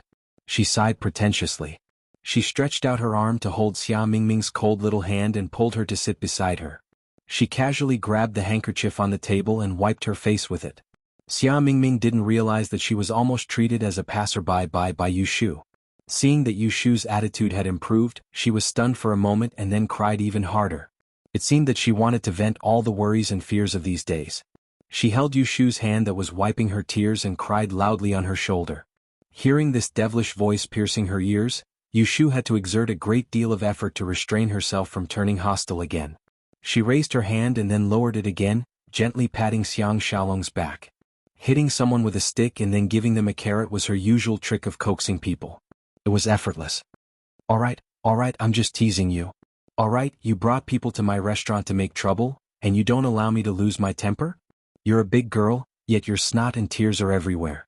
Don't be ashamed. Don't cry or your eyes will be swollen. If your father sees it when you go home, he will be suspicious. Did you sneak out today? Xia Mingming raised her tear-stained pear blossom head from her shoulder. It wasn't as embarrassing as Yushu said. Instead, she was beautiful. She nodded and sniffled, and last time I made trouble in the restaurant, my father punished me to not go out. Ashu, you really don't blame me? Chapter 323. Xia Mingming had nothing to hide from Yushu. She knew about her marriage with the 9th prince before Yushu did. Now that she heard Yushu mention it, she didn't make a fuss. She looked dazed for a moment before nodding her head. Yushu saw that she didn't look happy or angry. She didn't seem to have any conflict with this marriage, but she didn't seem to have the shyness that a girl should have. Yushu couldn't tell what she was thinking. After all, not everyone had the idea that, once you marry into a noble family, it's as deep as the sea. As an ancient person born and raised here, perhaps she felt that marrying into the royal family was a good thing to bring glory to her family? Then do you like this marriage? Yushu's question was purely out of concern. Xia Mingming raised her head. There were still tears hanging in the corners of her eyes. There was a hint of ridicule in her eyes. It's not up to me whether I like it or not. This is His Majesty's grace. Yushu nodded. She immediately knew that Xia Mingming had accepted her fate. This was also good. In such a big family, how many people could make their own decisions? Moreover, marriage was a big matter, so it was best to be open-minded. Yushu originally planned that if this marriage was real and Xia Mingming was dissatisfied, she would try to persuade her. Of course, she wasn't going to persuade her to run away from home again, but to persuade her to think on the bright side. Running away from a marriage was just a joke in novels and dramas. It wasn't worth it to implicate the whole family for her own selfishness. I've seen the 9th prince. Yushu's words surprised Xia Mingming. You've seen the 9th prince? Yushu nodded and comforted him. That highness looks like he's a man of few words, but he's actually quite generous and talented. Oh, do you still remember? On the day of the Lantern Festival, you came to my place to cause trouble. After that, there were a few riddles that you guys couldn't answer, and one of them was written by His Highness. Xia Mingming's expression became strange. She quickly asked Yushu which question it was. Yushu still had a little impression of it, so she told her the beginning. Xia Mingming continued, somewhat indignantly saying, that riddle was very hard to pronounce. I thought at the time that it must have been suggested by a man of many minds. Then she thought of something and looked around the room. She pulled Yushu's hand and asked, "Who owns this restaurant? Why is it that even the 9th prince came to support us on the day of the opening? How are you managing things? Aren't you going to set up a stall in Autumn Osmanthus Lane for fortune-telling?" Yushu did not answer but asked, "Tell me first. What's going on between you and that Ji Xingxuan? Why did you suddenly come to cause trouble that day? It seems like you did it on purpose." Being stared at by Yushu, Xia Mingming didn't dare to look straight at her. He shifted his position uncomfortably and said awkwardly, "I was just having fun on the spur of the moment. Of course I won't mess around." Yushu raised her eyebrows and felt that it was necessary to make things clear to her. "The Ji family met with an accident not long ago. Have you heard about it?" Xia Mingming frowned and nodded. "Although I didn't go out, I heard from my father that the right judge of the Ji family was corrupt and dared to steal the Dian examination questions. He was exposed and committed suicide in court to escape punishment." Yushu saw that she knew about it, so she skipped the explanation and told the truth. "That's right. I was the one who exposed it." Xia Mingming's pair of jade-like eyes instantly widened. "You?" Yushu squeezed her somewhat cold palm and said slowly, "I remember that you were very curious about my background at the beginning. I won't hide it from you today. My mother was originally a widow. A few years ago, she remarried into the Yi Shuiji family in Yang City and became a concubine of the third master. Xiaoxiu and I were abused in his family. Later, I secretly became a disciple of a master and left his family." You are?" Xia Mingming's face was full of disbelief. She originally thought that a capable woman like Yushu, even if she didn't come from a reclusive family, it was impossible for her to be taught by a small family. Who would have thought that her background was like this? "Don't interrupt." Yushu reprimanded her. Xia Mingming obediently shut her mouth and listened to her. She pricked up her ears for fear of missing a sentence. "You know what happened next? I brought Xiaoxiu to the capital to make a living. I wanted to live a down-to-earth life. Who knew that Ji Xingxuan, that girl, met me and recognized me? She happened to find out that I knew the secret of the 6 lines divination, so she came to tempt me to hand over the unique skill. I refused, so she went back to discuss with the old master. Since she couldn't tempt me, she threatened me. It was during the Dian examination, so I signed up for it." Yushu roughly told the whole story of how the Ji family plotted to learn her 6 lines divination and used the Yili exam paper to force her to give in. She didn't add any details, but it was enough to make Xia Mingming gnash her teeth. After a long while, she finally said, "Really, really shameless." When it came to aristocratic families, Xiajiang had hundreds of years of history and had a deep foundation. She disdained those unorthodox people the most. Xia Mingming had been influenced by what she saw and heard since she was a child. Regarding the Ji family's greedy behavior of plotting to learn other people's unique skill, it was not much more than burning, killing, and plundering. Moreover, she begged Yushu in every way to teach her the 6 lines divination. Yushu was calm. Seeing that Xia Mingming felt unfair for her, she pretended to be generous and waved her hand, saying, "Death is a big deal. The old master of the Ji family asked for it. Evil has its retribution, so let's not talk about his merits. As for the matter of him stealing the exam paper, I accidentally discovered it and was forced to report him. It wasn't a capital crime, but he wanted to protect Ji Xingxuan's innocence and brought about his own death. In short, I have already formed a deep hatred with the Ji family. I'm afraid that Ji Xingxuan is the one who wants me dead. I'm telling you all this to tell you that if you still want to interact with me in the future, stay away from that Ji Xingxuan. If you want to benefit from both sides, get out of my sight as soon as possible." Yushu's words were too harsh. She knew clearly that Xia Mingming was nervous, but she didn't soften. How could she not know what this girl was planning? It was because Xia Jiangying's murder case was too strange. She was unwilling to accept it and wanted to get close to Ji Xingxuan to find out the truth of the murder case. But how could a fox's tail be so easily revealed? Ji Xingxuan was a shrewd person. She must have already seen through Xia Mingming's ulterior motives. With her 4th Mrs. level, it would be a piece of cake for her to trick Xia Mingming. Xia Mingming could barely be considered as half a teammate now. In the future they would fight monsters together and level up. How could Yushu stand to see her being tricked? Tricking Xia Mingming was the same as tricking herself. If she wanted to seek revenge for her sister, she could, but she had to train her body first. Yushu made her words clear. Xia Mingming was conflicted. In the end, her reliance on Yushu won the upper hand. Her eyes darkened. She thought to herself that revenge couldn't be rushed. The real culprit would be found sooner or later. She threw away the burden of her thoughts and shook Yushu's hand. In a soft and coquettish voice she said, "I'll listen to you. I'll stay away from her, all right?" Chapter 324. Xia Mingming was surprised when she heard from Yushu that Jing Chen was the famous Taoist in Anling City not long ago. Yushu told her about the friendship between Jing Chen and the ninth prince. She told her everything she could. As for what Xia Mingming thought, she didn't care. When it was dark, Xia Mingming reluctantly said goodbye to Yushu. She sneaked out when her father went out to visit friends today. If she was found late, she would be grounded for a few more days. Yushu knew that Xia Jianghelong didn't like her, so she told Xia Mingming not to mention her in front of her father. After seeing Xia Mingming off, Yushu and Lin Fu said goodbye and went home. Today she didn't see Shui Rui for a whole day. Yushu guessed that there was a big case in the Supreme Court, otherwise he wouldn't have left in such a hurry yesterday. When Yushu got home, she went to Yu Xiaoxiu's room first.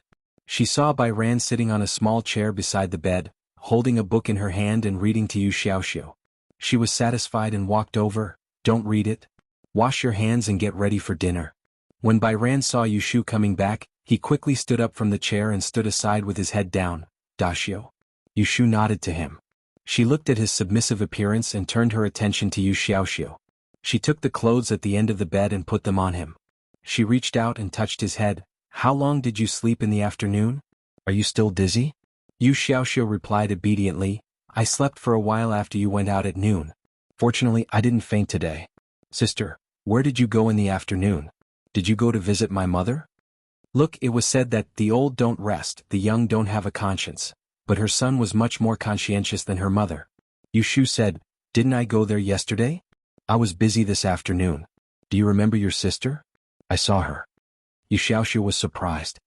"Xia Mingming? Didn't they say she went back to the south with her family? Why is she still in the capital?" "I didn't manage to leave. I was held up by something." Yushu didn't tell the child more about the inside story. After fooling him for a while, the maidservant came in with the food. Zhao Hui thoughtfully asked the servants to prepare 3 pairs of bowls and chopsticks, including Bai Ran. Under Yushu's invitation, Bai Ran sat next to the brother and sister in a somewhat reserved manner, eating without saying a word. Yushu was quite satisfied with his behavior. She didn't like to follow the rules, but that didn't matter. She liked people who followed the rules. The next day at dawn, it was rare for Yushu to sleep in. Zhao Hui's little maidservant, Yun Do, stood outside her window. She knocked on the window lattice and softly shouted a few times, asking if she wanted to eat breakfast. When she didn't hear any movement inside, she went back to report. Zhao Hui was distressed that she had to run back and forth every day, so she didn't let people call her again. She asked Yun Do to prepare a portion of breakfast and put it on the stove to keep warm, waiting for Yushu to sleep. Who knew that she would stay in bed until noon? Yushu slept too much. When she got up, her head was dizzy. After washing up, she walked around the courtyard.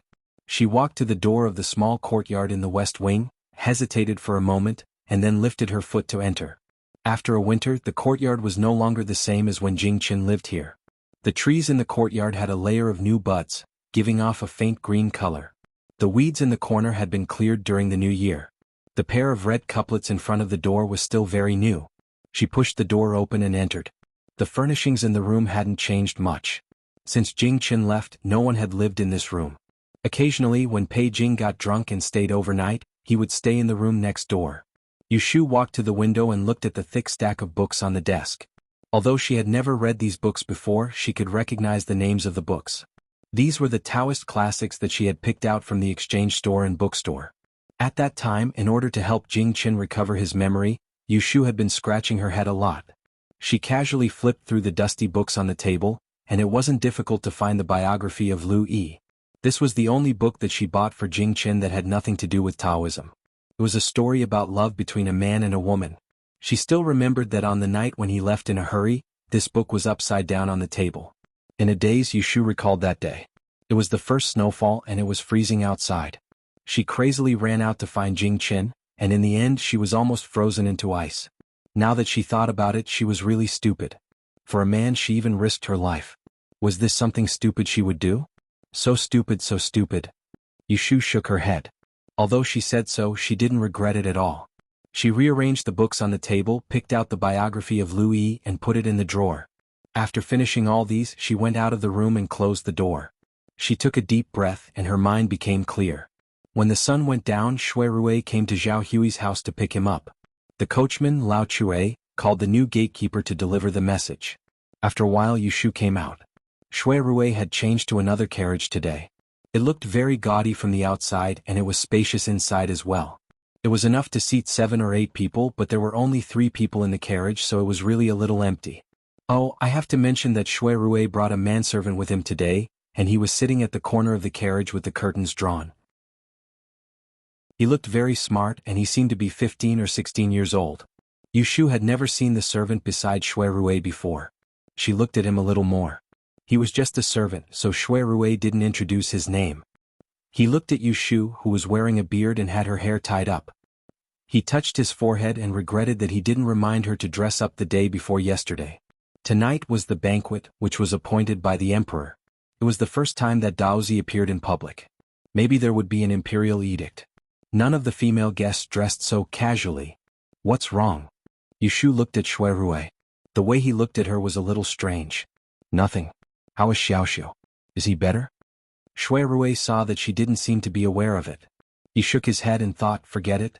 He didn't want to talk about her. Anyway, the host of this banquet wasn't someone else. Yushu smiled. He's recovering well. Godfather said that in another 7 or 8 days he can go to school. That's good. Shui Rui prepared to talk business with Yushu. This was the main reason why he took a detour to pick her up. There are a lot of people going to the Princess Fu tonight. Among the same generation, those who should come are all here. At that time, there will be many people asking about Daozi's arrival in the capital. The emperor has rewarded you before, so it's not small. There are many people here who know that you have done a meritorious service in escorting Daozi. If someone talks to you at the banquet, you just need to be polite. You don't need to say much to them, especially about Daozi's death on the road. Remember not to talk too much about it.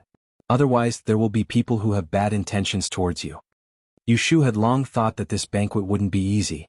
Maybe there were people who had bad intentions towards Jing Qin mixed in. After listening to Shui Rui's advice, she nodded and said, I know. Don't worry, I know how to deal with it. Chapter 325. Yushu could still remember when she first arrived at An Dynasty. She was at the Ji family's ancestral home and felt that the pavilions were very grand. Afterwards, when she strolled with Shui Rui to Prince Xiang's elegant and unique Dingbua pavilion, the Ji family's ancestral home was no longer pleasing to her eyes. Today, when she came to the Princess Royal residence again, the Ji family's ancestral home simply became a rundown courtyard. If one were to use women to describe the Ji family's old residence as a young lady who never left the front door, then the Dingbua Hall would be a graceful beauty. This Princess Royal's residence, which occupied a long street at the foot of the Huanghua, was indeed a beautiful woman with a noble and threatening air. Yushu held the invitation in her hand as she followed closely behind Shui Rui and entered the entrance of the princess residence that had just been repainted with gold not too long ago. Seizing the opportunity when Shui Rui was chatting with his acquaintances, she fiercely glared at the row of trees that were over 6 meters tall that were planted around the flower bed in the front courtyard. The crowns of the trees were connected above their heads, and they were lush to the point that they didn't care about the season. They were illuminated by the innumerable flower-winged golden chandeliers that hung above the garden, and they seemed like numerous dragons that had taken form as they circled in the air. She had followed Daoist Qing Zheng before and had heard of such a precious tree. It grew in the courtyard and was green all year round. It did not bloom nor shed leaves, but its leaves could attract 3 wealth and gather 4 treasures. Its branches could suppress the 5 evils and ward off the 6 calamities. It was said that even in the face of natural disasters, if one hid under this precious tree, one would be able to turn misfortune into blessing. Because the crown of the tree rarely formed the shape of a dragon, the predecessors called this precious tree Dragon Court Wood. If anyone had such a precious tree in their house, they would wake up smiling even in their dreams and would probably have to sleep under this tree every day. Yushu concluded that the row of trees by the flower bed was most likely the Dragon Court Wood that Qing Zheng spoke of. She couldn't help but swallow her saliva. She thought to herself, good heavens, such a rare treasure is actually placed here to guard the door. After Shui Rui finished talking to the people, he turned around and saw that Yushu was staring in a direction.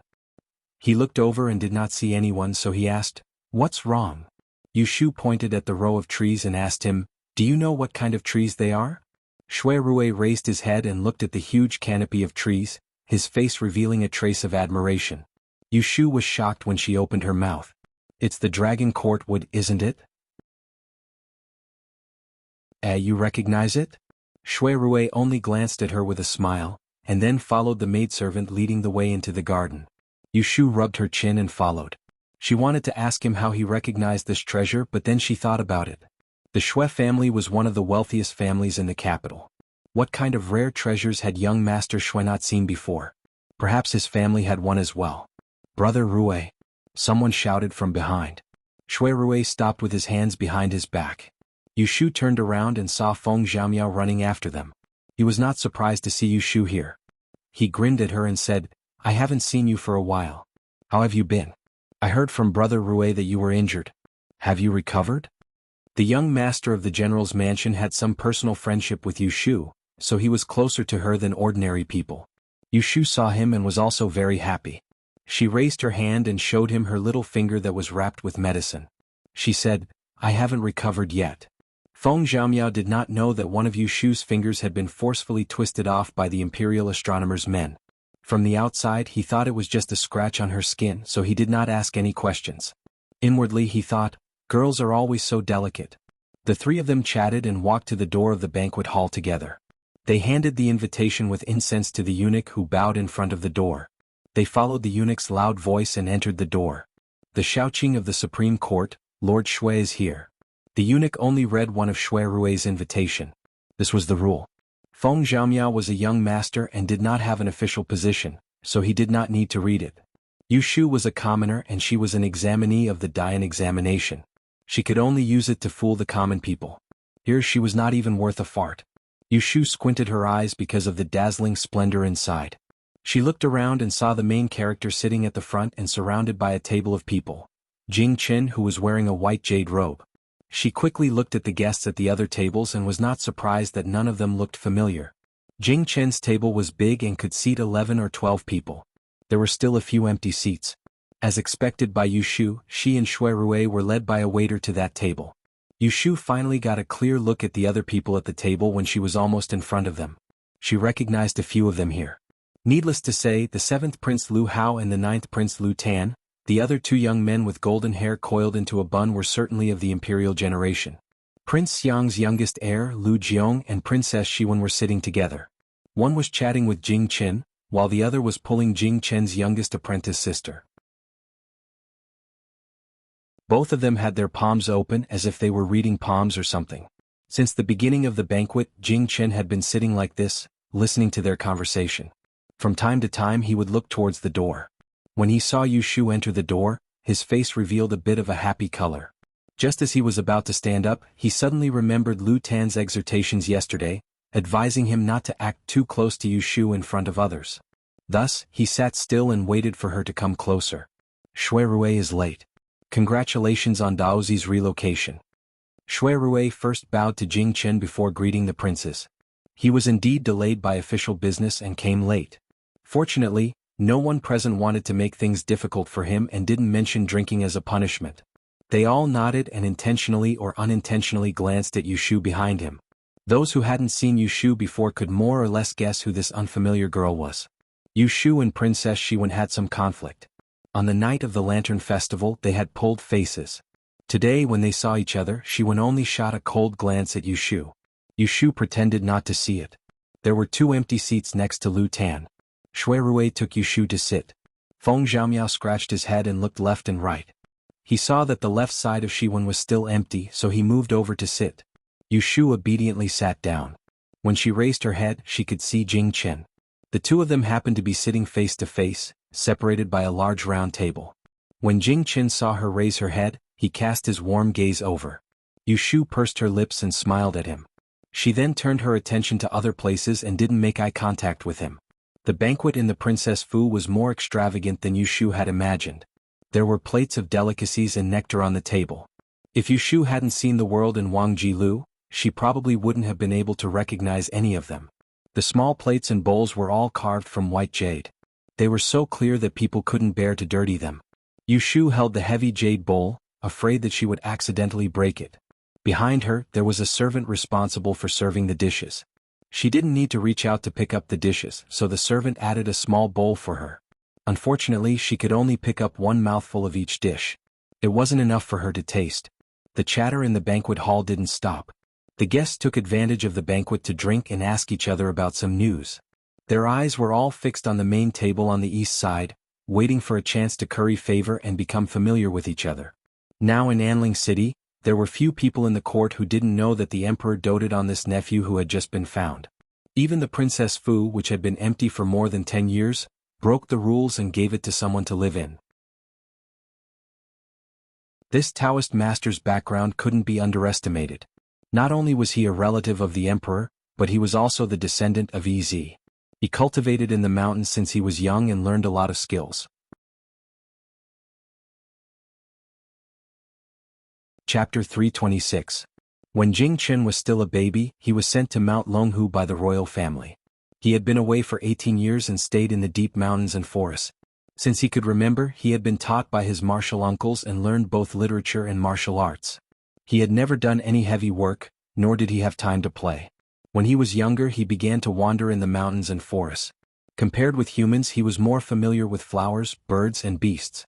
Listening to Jing Chen's plain and straightforward answers, the people at the table listened with great interest at first, but then they became bored and gradually changed the topic to Jing Chen's journey to the capital.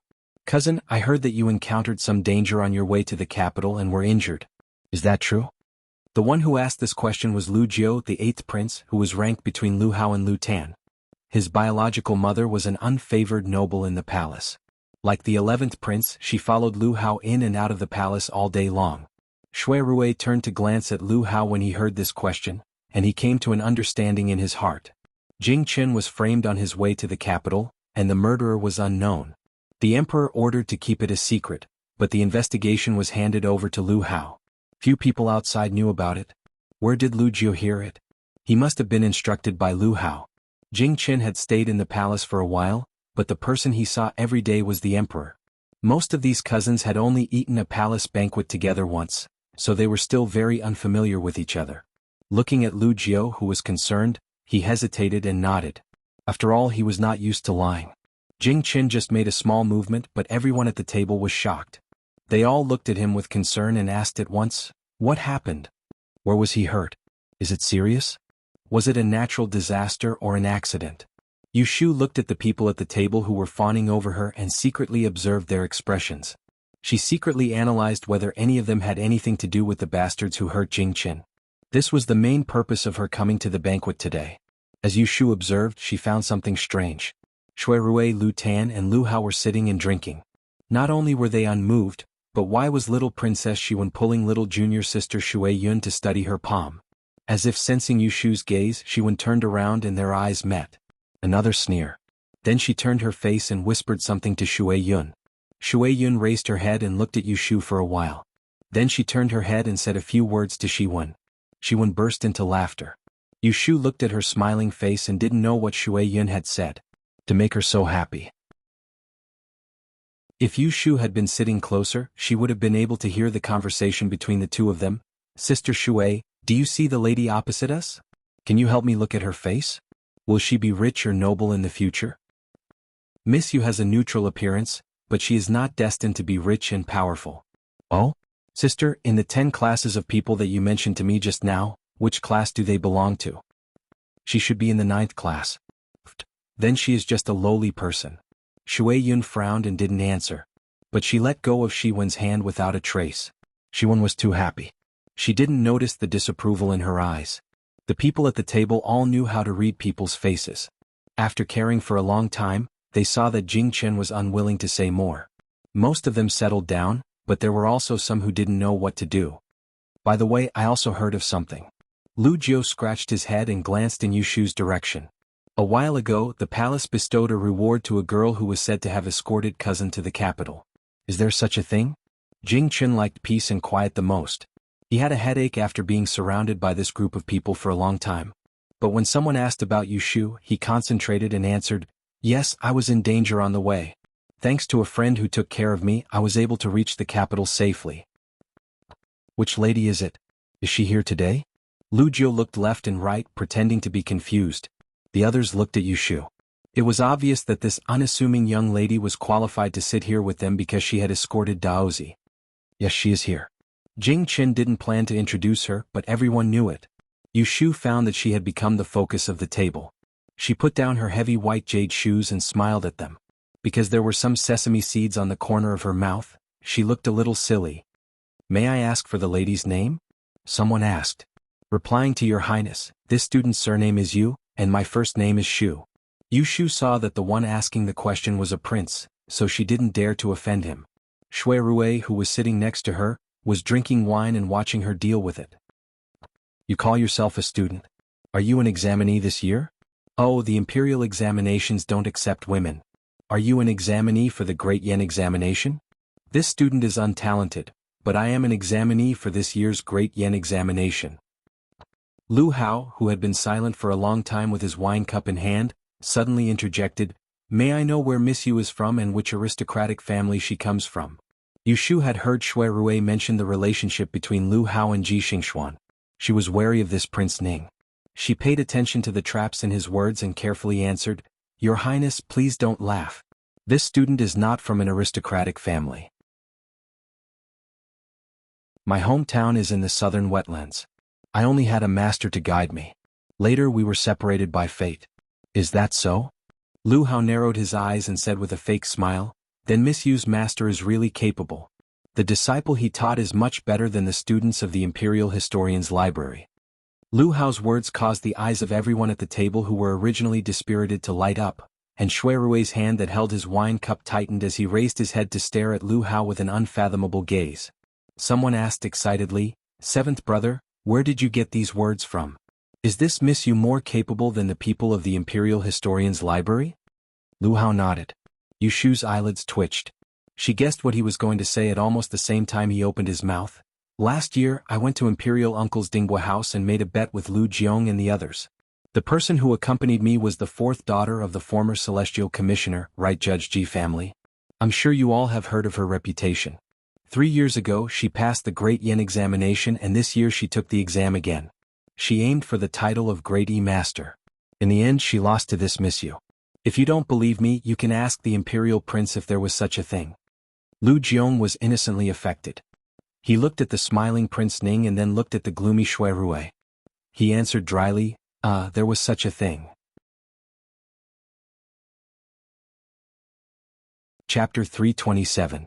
Miss Yu, this prince invites you to attend the Double Sun Gathering next month. What do you think? The first person to ask was the fourth Imperial Prince, Lu Si, whom Yushu had met for the first time today.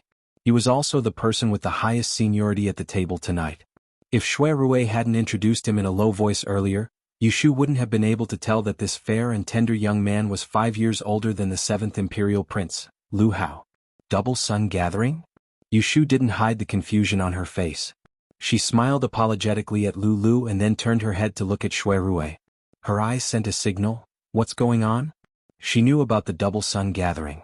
Starting from the 2nd of the 2nd month on the 49th day of the 7th month, there was a large-scale talent selection in Anling City.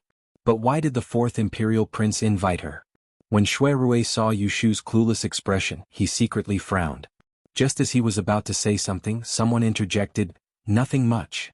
Yushu glanced sideways and looked at the 14 or 15-year-old handsome young man sitting next to Lu Hao. She pouted unhappily and said to Lu Si, why should I go with fourth older brother? I haven't found a suitable person yet. This year's Double Sun Gathering I'm also going, at that time you can sit with me at the same table. The last sentence was said to Yushu with his chin raised. The arrogance in his eyes made it seem as if he was giving Yushu a lot of face and it was up to her whether she agreed or not. Yushu is still confused, but Shui Rui's face is a bit gloomy. He turns to look at Lu Hao and sees the troublemaker watching the show with a satisfied expression. Not far away Lu Tan, who is close to Shui Rui, also shows a trace of worry. There were a few people left at the table who had planned to invite Yushu. When they heard this little ancestor open his mouth, they hesitated for a moment and tactfully closed their mouths. As for the excellent King Lu Si who had been choked, his face revealed an awkward expression. In front of everyone it was not good to show weakness. He could only summon up his courage and say with a dry laugh, 11th brother. This is your first time participating in the Twin Sons gathering. Just go and watch the excitement. Even if you bring people along, they might not be of any use. He addressed him as 11th brother. This allowed Yu Shu to guess the identity of this young man. He was the 11th prince, Lu Yi. After hearing Lu Si's words, Lu Yi's face darkened. He squinted his slender eyes and said to Lu Si in a strange tone, "If I don't need them, will you need them?" She did not know if it was an illusion, but Yu Shu felt as if the entire banquet hall had quieted down. Turning her head to look, she saw that more than 10 tables of people were all staring in their direction. Lu Si's expression could not hold back. He seemed to want to explode in anger, but when he saw Lu Hao beside Lu Yi, he suppressed his anger. His face quickly turned red. This deadlock continued. Jing Chen suddenly spoke. "What's wrong with the Twin Sons gathering? Why did you invite Xiaoyu along?" It was Jing Chen's words. Just as he voiced Yu Shu's doubts, everyone at the table looked at each other. Only then did they think of this Taoist who had only recently appeared in the capital. He had always lived in the mountains and probably did not know the crux of this matter. "It's like this," everyone looked towards the source of the voice. Seeing that it was Crown Prince Lu Jiong, they waited for him to speak. "I believe that Taoist has heard of the Twin Sons gathering. This gathering is held once every 3 years.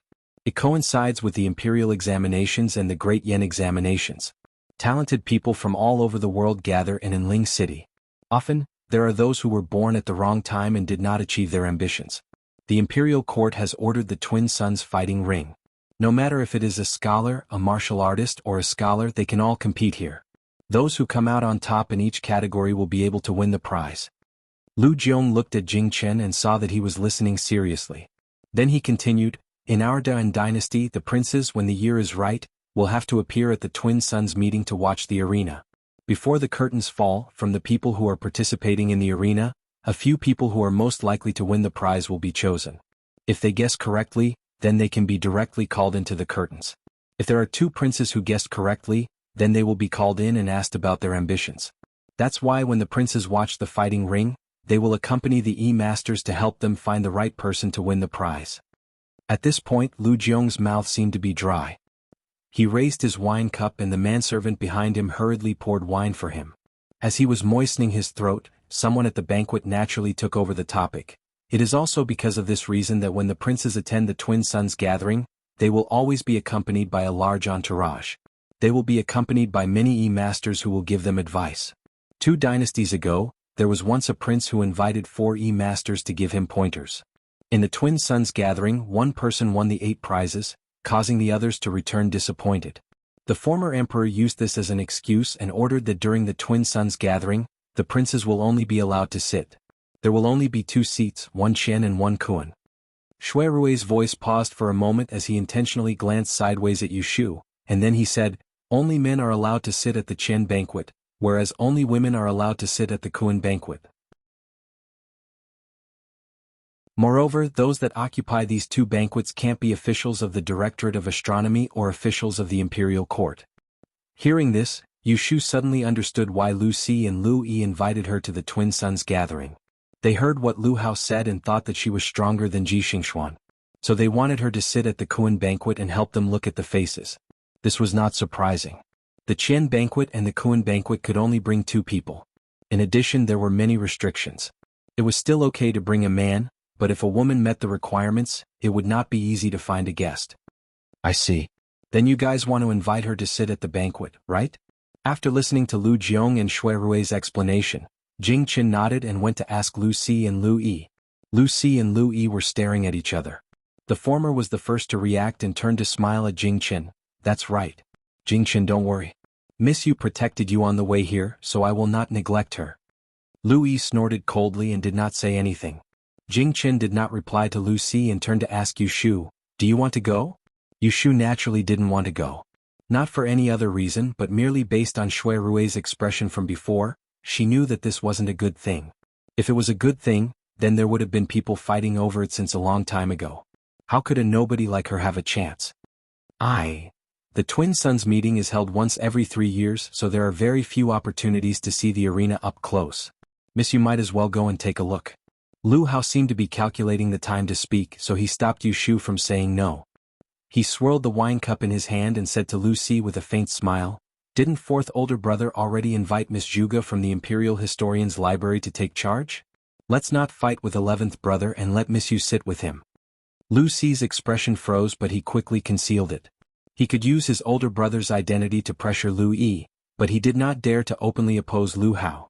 Even though he was unwilling, he still forced a smile and nodded his head. Lu Yi smiled proudly when he saw this. He turned to Yu Shu and said, "Come to my residence tomorrow morning." Yu Shu pursed her lips and did not wait for the man beside her to speak. She stood up first and cupped her hands towards Lu Yi. She lowered her head and said, "Many thanks for your Highness's favor. However, this student is not talented and is afraid of delaying your Highness's business. Please find someone else."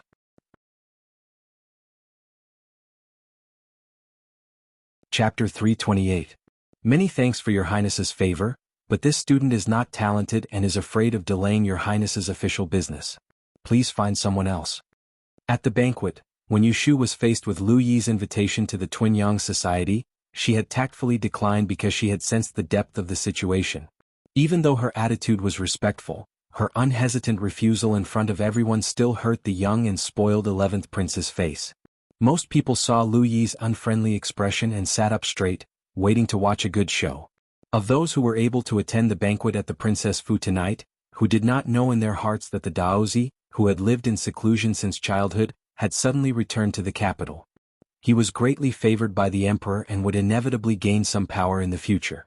Logically speaking, he should be the target that the princes who were about to leave the palace and start their own manners would fight to win over.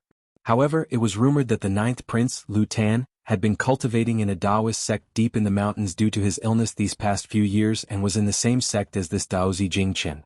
There were also people who heard that Jing Chen had been staying in the palace to accompany the monarch these past few days. Every time he left the palace, he would travel with Lu Tan.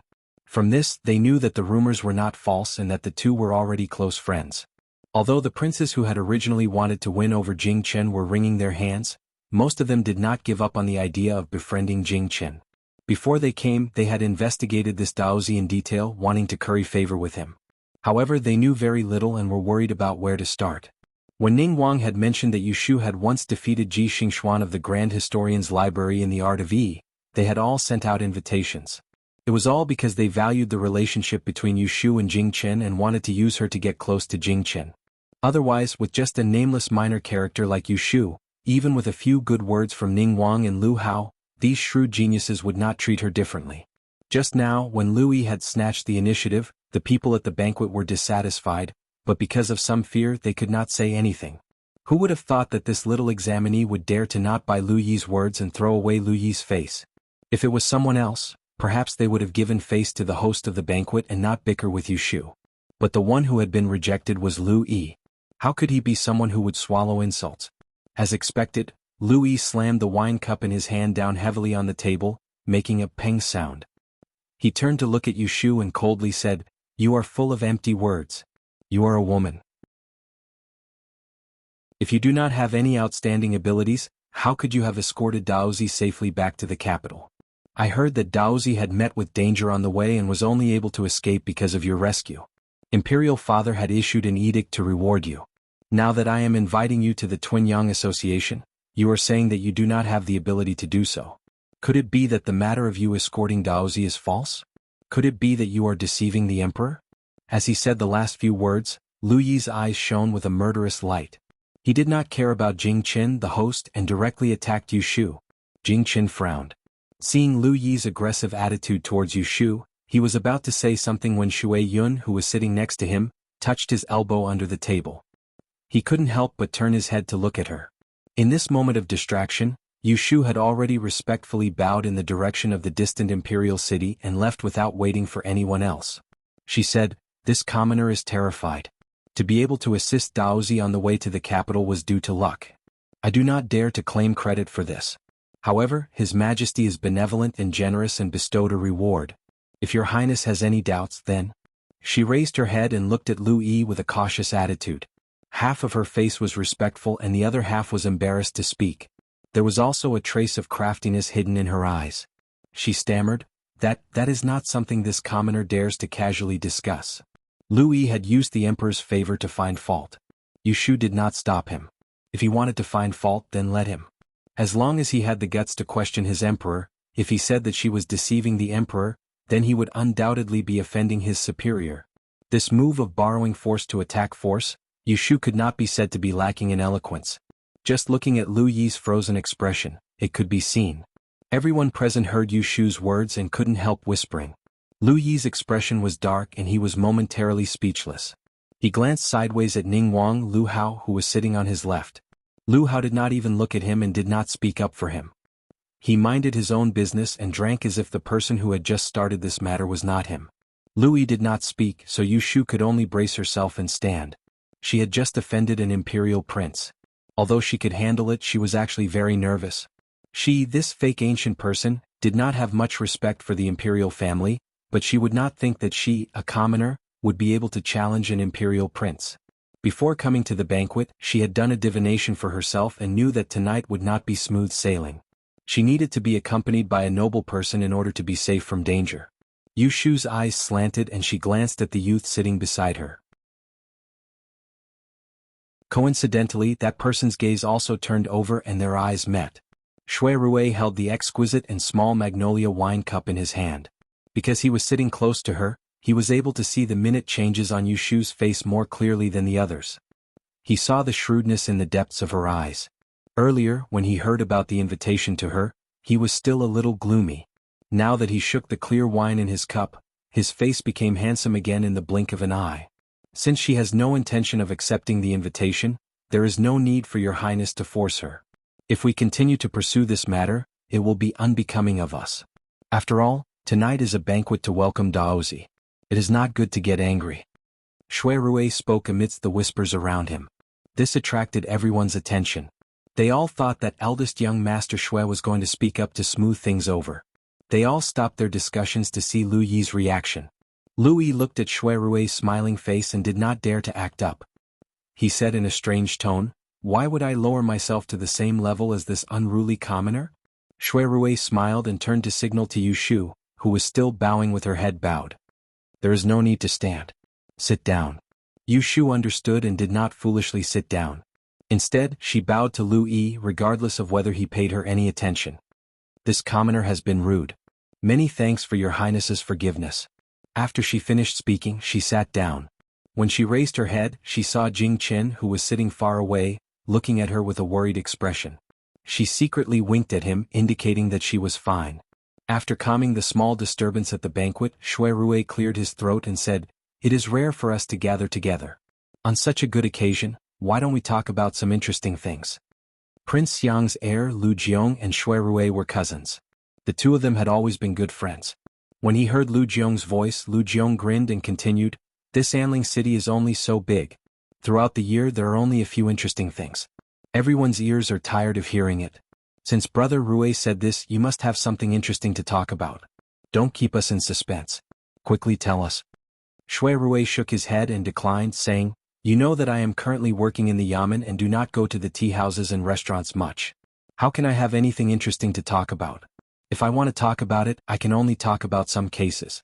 It is boring to talk about, so it is better not to talk about it." Unexpectedly, Lu Jiong became spirited and said with great interest, Don't.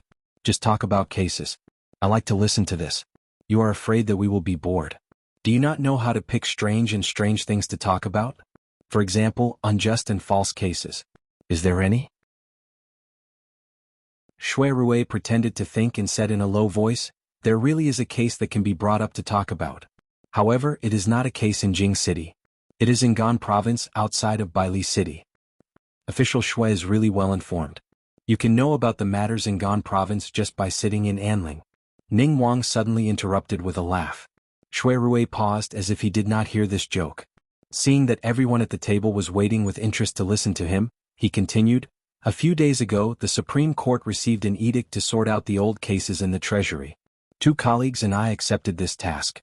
After several days of investigation, we really did discover a few cases that had no beginning or end. Among them, there was a strange case that came from Gan Province. The case that Shui Rui was talking about happened in the early winter 2 years ago. In a city in Gan Province, there was a merchant family with the surname Wang. In one night, 19 people in the residence were all murdered. All of them were killed with their throats slit with a sharp weapon. There was not a single chicken or dog left in the residence. It was such a shocking and tragic case of family extermination that the Yamen investigated for 3 months without any clues. In the end, they could only report it to the Supreme Court and hastily close the case. From the case files, when the 19 people of the Wang family were murdered, most of them died on their beds. They lost their lives in their sleep and did not even have the chance to struggle. Not a single cat or dog in the residence was spared. They were all dead. If it was robbery, there was not a penny missing from the family. If it was revenge, old Master Wang was a kind person and close to the villagers. He did not have any enemies. From anyone's point of view, the annihilation of the Wang family in one night was an undeserved calamity. After half a year, the Yamen's investigation was fruitless. Unfortunately, the murderer is still at large. Shui Rui finished narrating the case in detail. He ordered the servants behind him to refill the wine and tea. He sighed lightly and did not speak any more, leaving everyone to speculate and discuss. Ning Wang silently tightened his grip on the wine cup in his hand. He expressionlessly swept across Shui Rui's cultured face and a thread of wariness appeared in his heart. Yu Shu saw that the attention of the crowd had shifted away from her. She finally turned her stiff neck and wiped away the sweat at the tip of her nose. She poured herself a cup of thick wine and slowly drank it. It was so spicy that she narrowed her eyes. She felt much better and was about to take another cup when the place where the wine pot had been placed had been replaced by a purple silk teapot. When she touched it, there was a layer of heat that burned her fingertips. She stared at the teapot that had appeared out of nowhere for a moment and her brows gradually relaxed. Just as Yu Shu was sipping on a cup of hot tea, Princess Shiwen, who was at the same table, was looking at her and secretly gritting her teeth. The two of them had quarreled during the Lantern Festival. This little princess of the Xiang Wang Fu was also on good terms with Ji Xingxuan and naturally could not bear to see her live a good life. Not long after, the imperial edict was delivered. Following the loud announcement outside the door, a group of eunuchs and servants from the palace rushed into the banquet hall.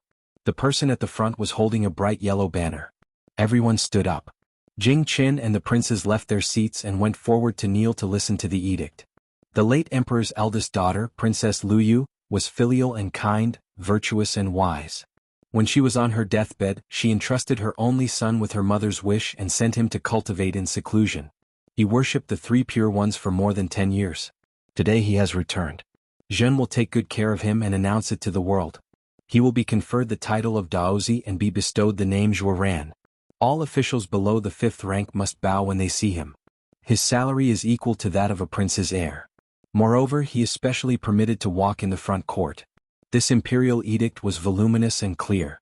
It was to rectify Jing Chen's name, confer a title and announce it to the world. It was enough to show the emperor's love for him. The sound of the imperial edict was still echoing in the richly ornamented beams and painted rafters. For a moment, the minds of everyone at the banquet were spinning. Looking at the tall white figure who received the imperial edict, some were shocked, some were envious and some were flattering. After Jing Chen had received the imperial edict, the people from the palace left. Following that, a group of guests swarmed forward and surrounded Jing Chen, congratulating him generously. In the distance, Yu Shu stood behind the crowd and looked at Jing Chen, who was surrounded by people and was getting further and further away from her. Not only did she feel a sense of loss, but she also felt a sense of worry.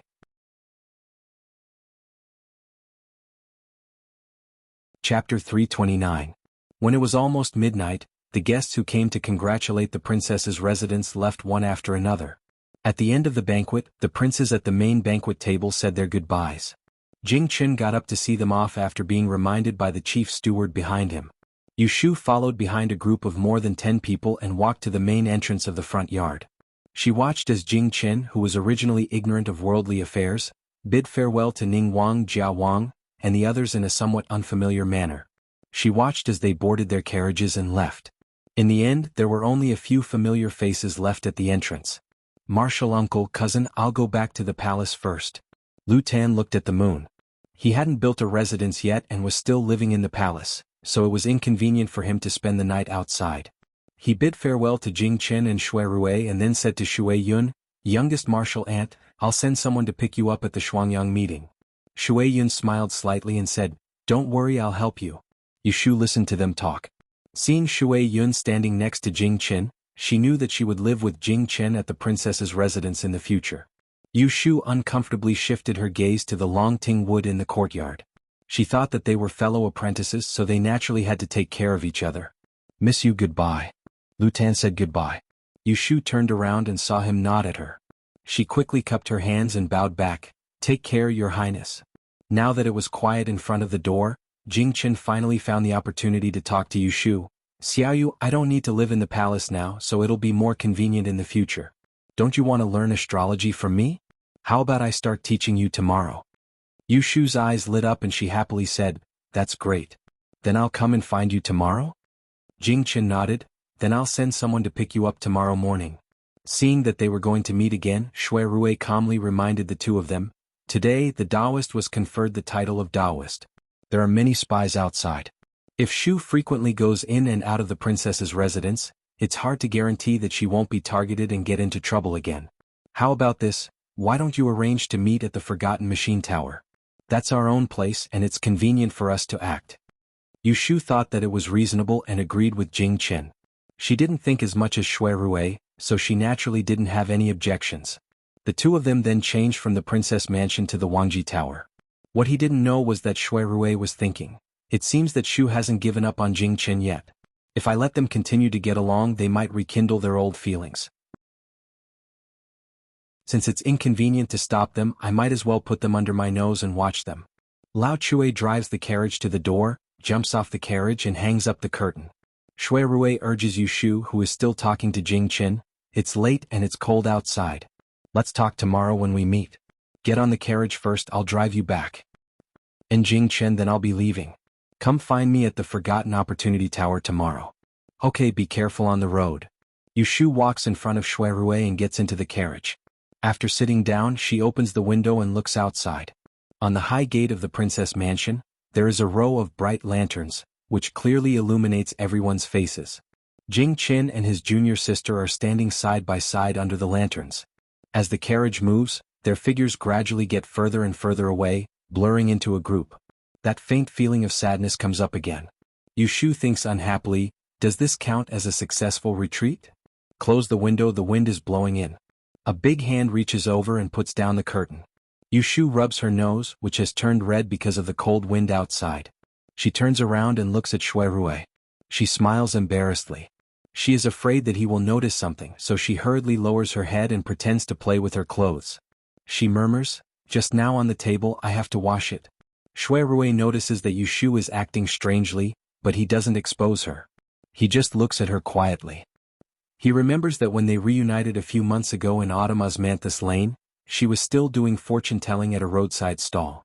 She was dark and skinny and anyone would think that she was a tomboy. Since Zhao Hui's family moved from Yiyang, she lived with her elders. Her food and drinks were all taken care of. Her skinny and dry body just gained a few pounds of flesh. Later, when Jing Chen disappeared, she lost weight again. This happened repeatedly.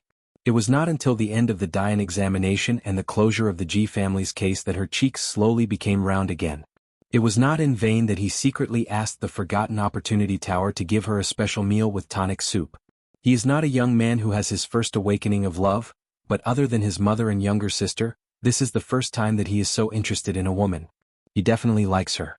Although it is not to the point that he must have her, this little girl who is stubborn and competitive and has someone else in her heart, makes him feel pity and worry about her. In the carriage, both of them have their own thoughts. After a moment of silence, the carriage turns around the corner. Yu Shu thinks of something and clears her throat. She curiously asks Shui Rui about tonight's banquet. The princes are unusually enthusiastic in inviting her to go with them to the Shuangyang group. Shui Rui says with a smile that is not a smile, they have ulterior motives. They are not targeting you but Daozi. Finishing, he sees that Yu Shu's face is still a little confused, so he explains a little more clearly, although not many people know that you were mistakenly taken to the Celestial Commissioner's office that night, but the Ji family's case has caused such a stir. After the incident, the palace has also sent out rewards. Daozi's danger on the road is no longer a secret. He has just arrived and does not have anyone close to him. You, an examinee without any scholarly honors, can sit at the main table tonight with a group of nobles. How can it not be eye-catching? Naturally, there will be people who want to use you to get close to Daozi or feel indignant or take out their anger on you. Fortunately, You are clever tonight and no one has any information that can be used against you. Yu Shu furrowed her brows and thought back to tonight at the wine table. That 11th prince who had turned against her after failing to invite her, the person sitting next to him seemed to be Ning Wang Lu Hao, who was also Ji Xingxuan's flower protector. Yu Shu thought of something and asked, Ning Wang and the 11th prince are from the same mother?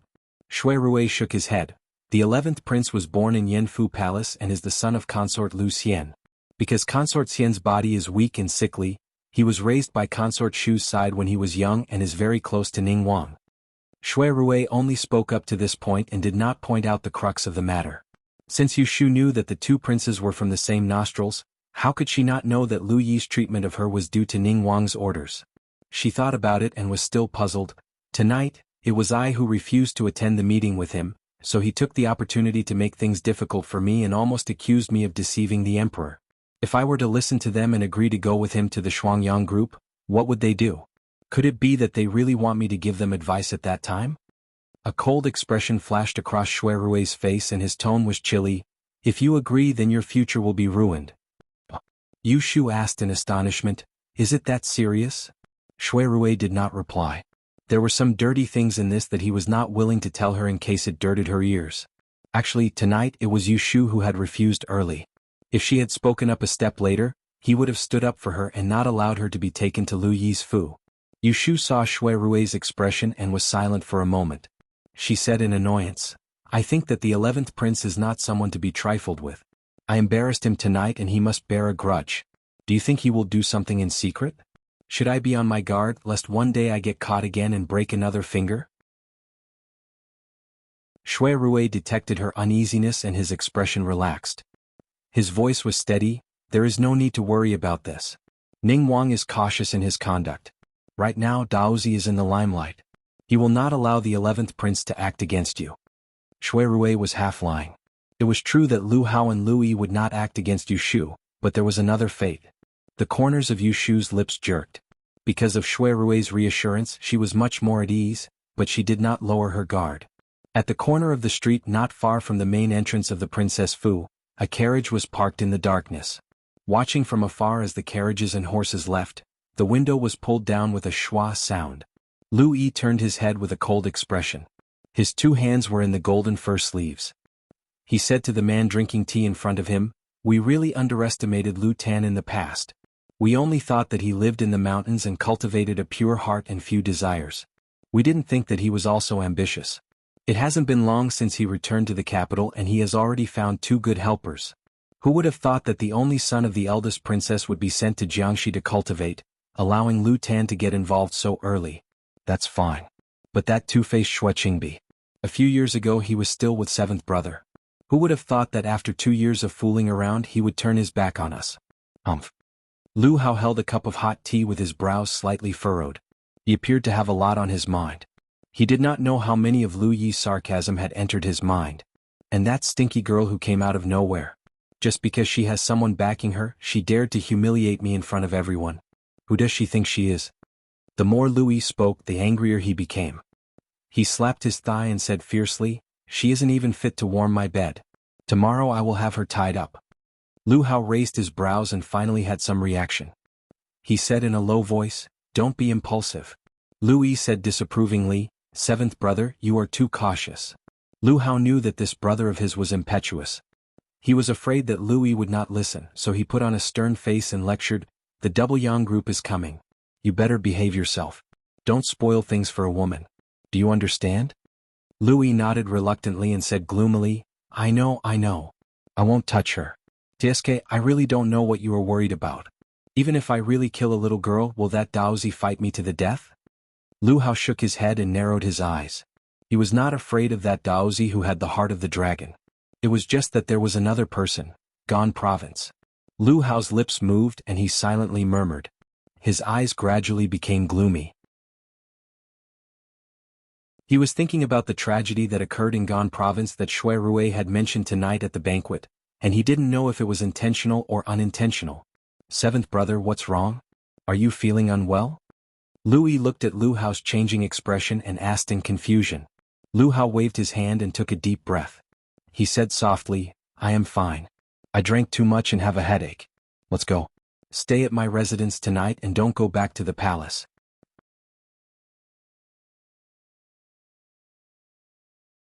Chapter 330. When Yushu got home, it was already late. Zhao Hui and her husband had already gone to bed. Before they went to bed, they told the gatekeeper to leave a door open for her. Yushu stopped in front of Yu Xiaoxiu's door when she passed by. When she saw that the lights inside were off, she turned to her own room. As soon as she entered, she saw Yun Do snoring on the table, and the stove at her feet was almost extinguished. A few days ago, Yushu brought back a few servants from the Institute for Concubines, so Zhao Hui switched her maidservant Yun Do to her room. On the other hand, Shen Nanny, who used to do chores, was promoted to be the housekeeper and served Zhao Hui. Yushu woke her up. Yun Do rubbed her eyes and quickly got up to pour some hot water on the stove for Yushu to wash her face and rinse her mouth. She took a wooden brush and combed Yushu's hair. Finally, she ran to the kitchen to boil a bowl of hot tea for her to sober up. When Yushu was lying on the bed, she folded her clothes and put them on the cabinet before she quietly left. Yushu actually didn't like being served. She had too many secrets and liked to do things herself. There were many important manuscripts and handwritten notes in her room, and she had to organize them herself to feel safe. To put it bluntly, she was paranoid. Zhao Hui spent a lot of effort to get Yun Do to be placed in her room. Yun Do, this maidservant, was honest. She didn't know that Yushu didn't like her, so when she was assigned by Zhao Hui, she served her wholeheartedly. She was well-behaved and sensible, which made Yushu feel good in just 2 days. She didn't think about driving her out for a while. Yushu slept like this until the rooster crowed the next day. She got up and went to Yu Xiaoxiu's room before breakfast was served. When Yushu opened the curtain and entered the room, Bairan was coming out of Yu Xiaoxiu's bedroom with a basin of water to wash her face. When she saw Yushu, she politely stopped and greeted, "Eldest Mississippi." Yushu saw that his clothes were neat and tidy and he looked diligent. She gently smiled at him and said, "Is Xiaoxiu awake?" "Young master has already woken up," Bairan said. "He just washed his face and is sitting down. I'll go to the kitchen to see if breakfast is ready." "All right, you can go now." Yushu went straight into Yu Xiaoxiu's bedroom. They didn't try to avoid suspicion. After all, the two of them had lived under the Ji family's roof for a period of time. They had even slept head to toe on the same wooden bed. Yu Xiaoxiu was sitting on the edge of the bed, flipping through a book. He looked up and saw Yushu coming in, so he put the book down. "Sis, why are you up so early? You don't have to go to school." Yushu walked over. He took the book in Wei Xiaobao's hand and looked at it. On the somewhat old cover were written the words "Herbal Survey," in 4 small seal characters. There were pictures and words inside, but it was a medical book that taught people how to recognize herbs and medicines. Dr. He's study was filled with medical books. Yushu didn't find it strange that Yu Xiaoxiu would take it out to read, so she casually flipped through 2 pages and put it to the side. She turned her attention to other things. "How are you getting along with Bairan? Is there any discomfort?" Yu Xiaoxiu touched his neck and said, "No, it's pretty good." Yushu said, "Then when your injuries are healed, ask him to go with you to the academy. Bairan has martial arts skills. If someone dares to bully you, just ask him to beat them back." She would rather spend an extra 20 taels a month to have someone by Yu Xiaoxiu's side to look after him. She didn't want what happened last time to happen again. She didn't want Yu Xiaoxiu to be pushed off the horse by Shui Wenjie and have his head broken and bleeding. It almost scared her half to death. "Sis," Yu Xiaoxiu called out awkwardly. He seemed to feel embarrassed and didn't want Yushu to mention that again. "You came back late yesterday and I was already asleep. Tell me what the Princess Palace is like. Is it really made of gold bricks and silver tiles?" "Ah, silly boy, can a house built with gold and silver be lived in? Won't you freeze to death?" Yushu teased him, then seriously told him about the style of the Princess Palace. Speaking of the dragon court wood in the front yard, she felt an itch in her heart. She thought that when she saw Jingchen later, she would ask him for a few branches and bring them back to grow as a potted plant. Yu Xiaoxiu still couldn't believe it. He stammered and asked, "Sis, is brother Jing really the princess' son? I've seen the imperial edict. How can it be fake?" Yushu touched his head. "Your brother Jing is now a noble, a relative of the emperor." Yu Xiaoxiu chuckled. He was still young and his heart was pure. He only felt happy for Jing Qin, and didn't have any other messy thoughts in his mind. The siblings chatted for a while. Then Yun Do was called by Zhao Hui to ask Yushu to eat breakfast. Bairan brought food into the room for Yu Xiaoxiu. Yushu ate breakfast with Zhao Hui and then went out with He Fangji. One was going to the clinic and the other was going to meet at Wang Jilu. At dawn, Jing Chen practiced a set of sword techniques in the princess palace's backyard. His complexion was ruddy but he was slightly out of breath. Shui Yun, who had been watching from the side for a while, walked forward with a smile. She handed over the sweat towel in her hand and generously praised, "Shi Xiang's flowing cloud sword technique has 90% of my father's skill. If he saw it he would be very happy." Jing Chen shook his head, but he was dissatisfied with himself. "Before I lost my memory I couldn't practice for a period of time. I slacked off a lot." As he spoke, he took the sweat towel and wiped his forehead. He carried the sword to where the servants were waiting, took a piece of fur from the tray, and carefully wiped the rusty ancient sword in his hand. Shui Yun stood to the side and watched his actions. She couldn't help but find it funny. This sword does have spiritual energy, but it has no edge. What's wrong with you treasuring it so much? Why don't you find a blacksmith to polish it? Shui Yun's suggestion was good, but Jing Chen was unmoved. "This is something that was given to me, so I should cherish it. What's more, when we practice the sword we comprehend the Tao.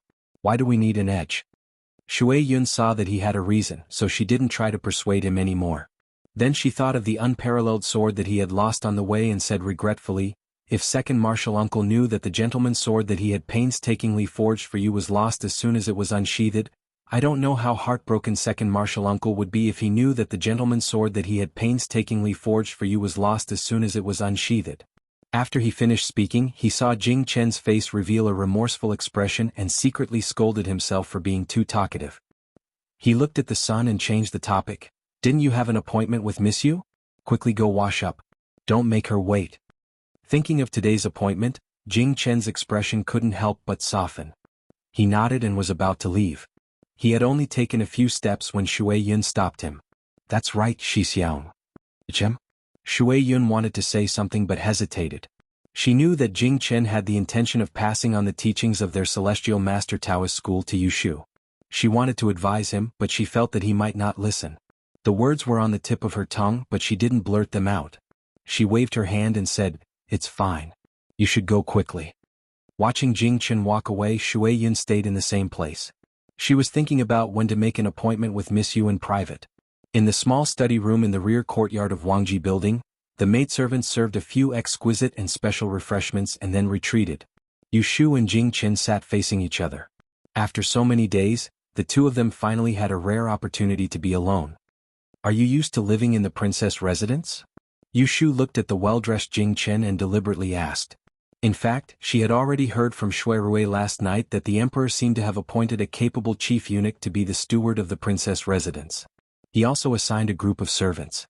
Jing Chen's daily necessities were all taken care of by people, so how could his days be bad? "I don't have to go through the trouble of applying for a waste token. It's more comfortable than living in the palace." Jing Chen obviously didn't answer her question. More than 10 years of cultivation wasn't for nothing. His foundation was stable and he was quiet and had few desires. It was difficult for him to be blinded by ostentatious things. He could live a life of luxury and live a simple life. Yushu touched her nose and suddenly felt that she had the heart of a petty person. "Ahem, that's good. Now that you're exposed in front of others, I suspect that the group of people who harmed you are hiding in the capital. They may find a chance to attack you again. You should be careful." Jing Chen heard Yushu's worry and comforted her. "Don't worry about me. The emperor has already ordered to investigate this matter. There will be a result in the future." Yushu didn't think much of it. She thought that the person responsible for investigating Jing Chen's death was Lu Hao, the Prince of Ning. He took on this task most likely to protect Ji Xingxuan and might not be doing his duty. After chatting for the time it took to drink a cup of tea, Jing Chen took the initiative to jump to the main topic. When he still lost his memory, he promised Yushu that one day when he regained his memory, he would teach her the secret skills of Mount Longhu. Now that he had nothing to do, he could fulfill it. Our celestial master Taoism has a total of 7 sections. My master Huaixian Jinren came from Full Moon Peak. He was obsessed with the art of stargazing and formed his own sect. Unfortunately, my aptitude is stupid. I only inherited 30% of my master's skills and didn't understand the Great Path. In addition, I also know a thing or two about the art of reading people. Also, Jing Chen first explained his family's foundation. Yushu heard from his tone that he planned to teach her everything. She was surprised at first and then worried. "Is it inappropriate for you to teach me all of this?" There should be rules in your sect that some secret skills can't be taught to outsiders, right? Jing Chen's expression didn't change. He said, "It doesn't matter. Mount Longhu has many guests every year. Sometimes my master will ask his brothers to teach me a thing or two. It won't break the rules. When I return to the sect in the future, I will report to my master." Yushu thought that since she had learned other people's unique skills, she wouldn't teach it to others and wouldn't cause any trouble for Jing Chen. So she didn't have to worry about this anymore. The two talked for a while and reached a consensus. Jing Chen wanted to teach Yushu a set of stargazing skills that his master, Huaixian Jinren, had deduced. This skill focused on deducing the celestial phenomena and seeing through the mysteries of heaven. It could actually predict natural disasters and earthquakes in the human world, as well as wars and beacons. Could be called a strange skill. Jing Chen roughly explained a small part of it. Just listening, Yushu felt fascinated. A year ago, she learned astronomy and geography from Daoist Qing Zheng in Yang City. In fact, she only knew the basics and didn't know how to use geometry. That was why she was absent from the Great Yen examination, because she knew her own limits.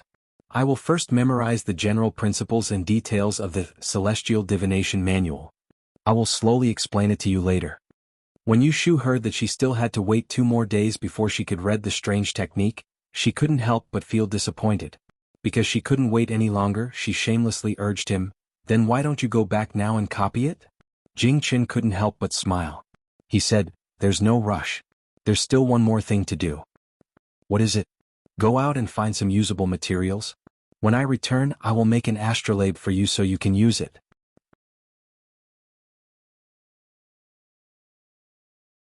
Chapter 331.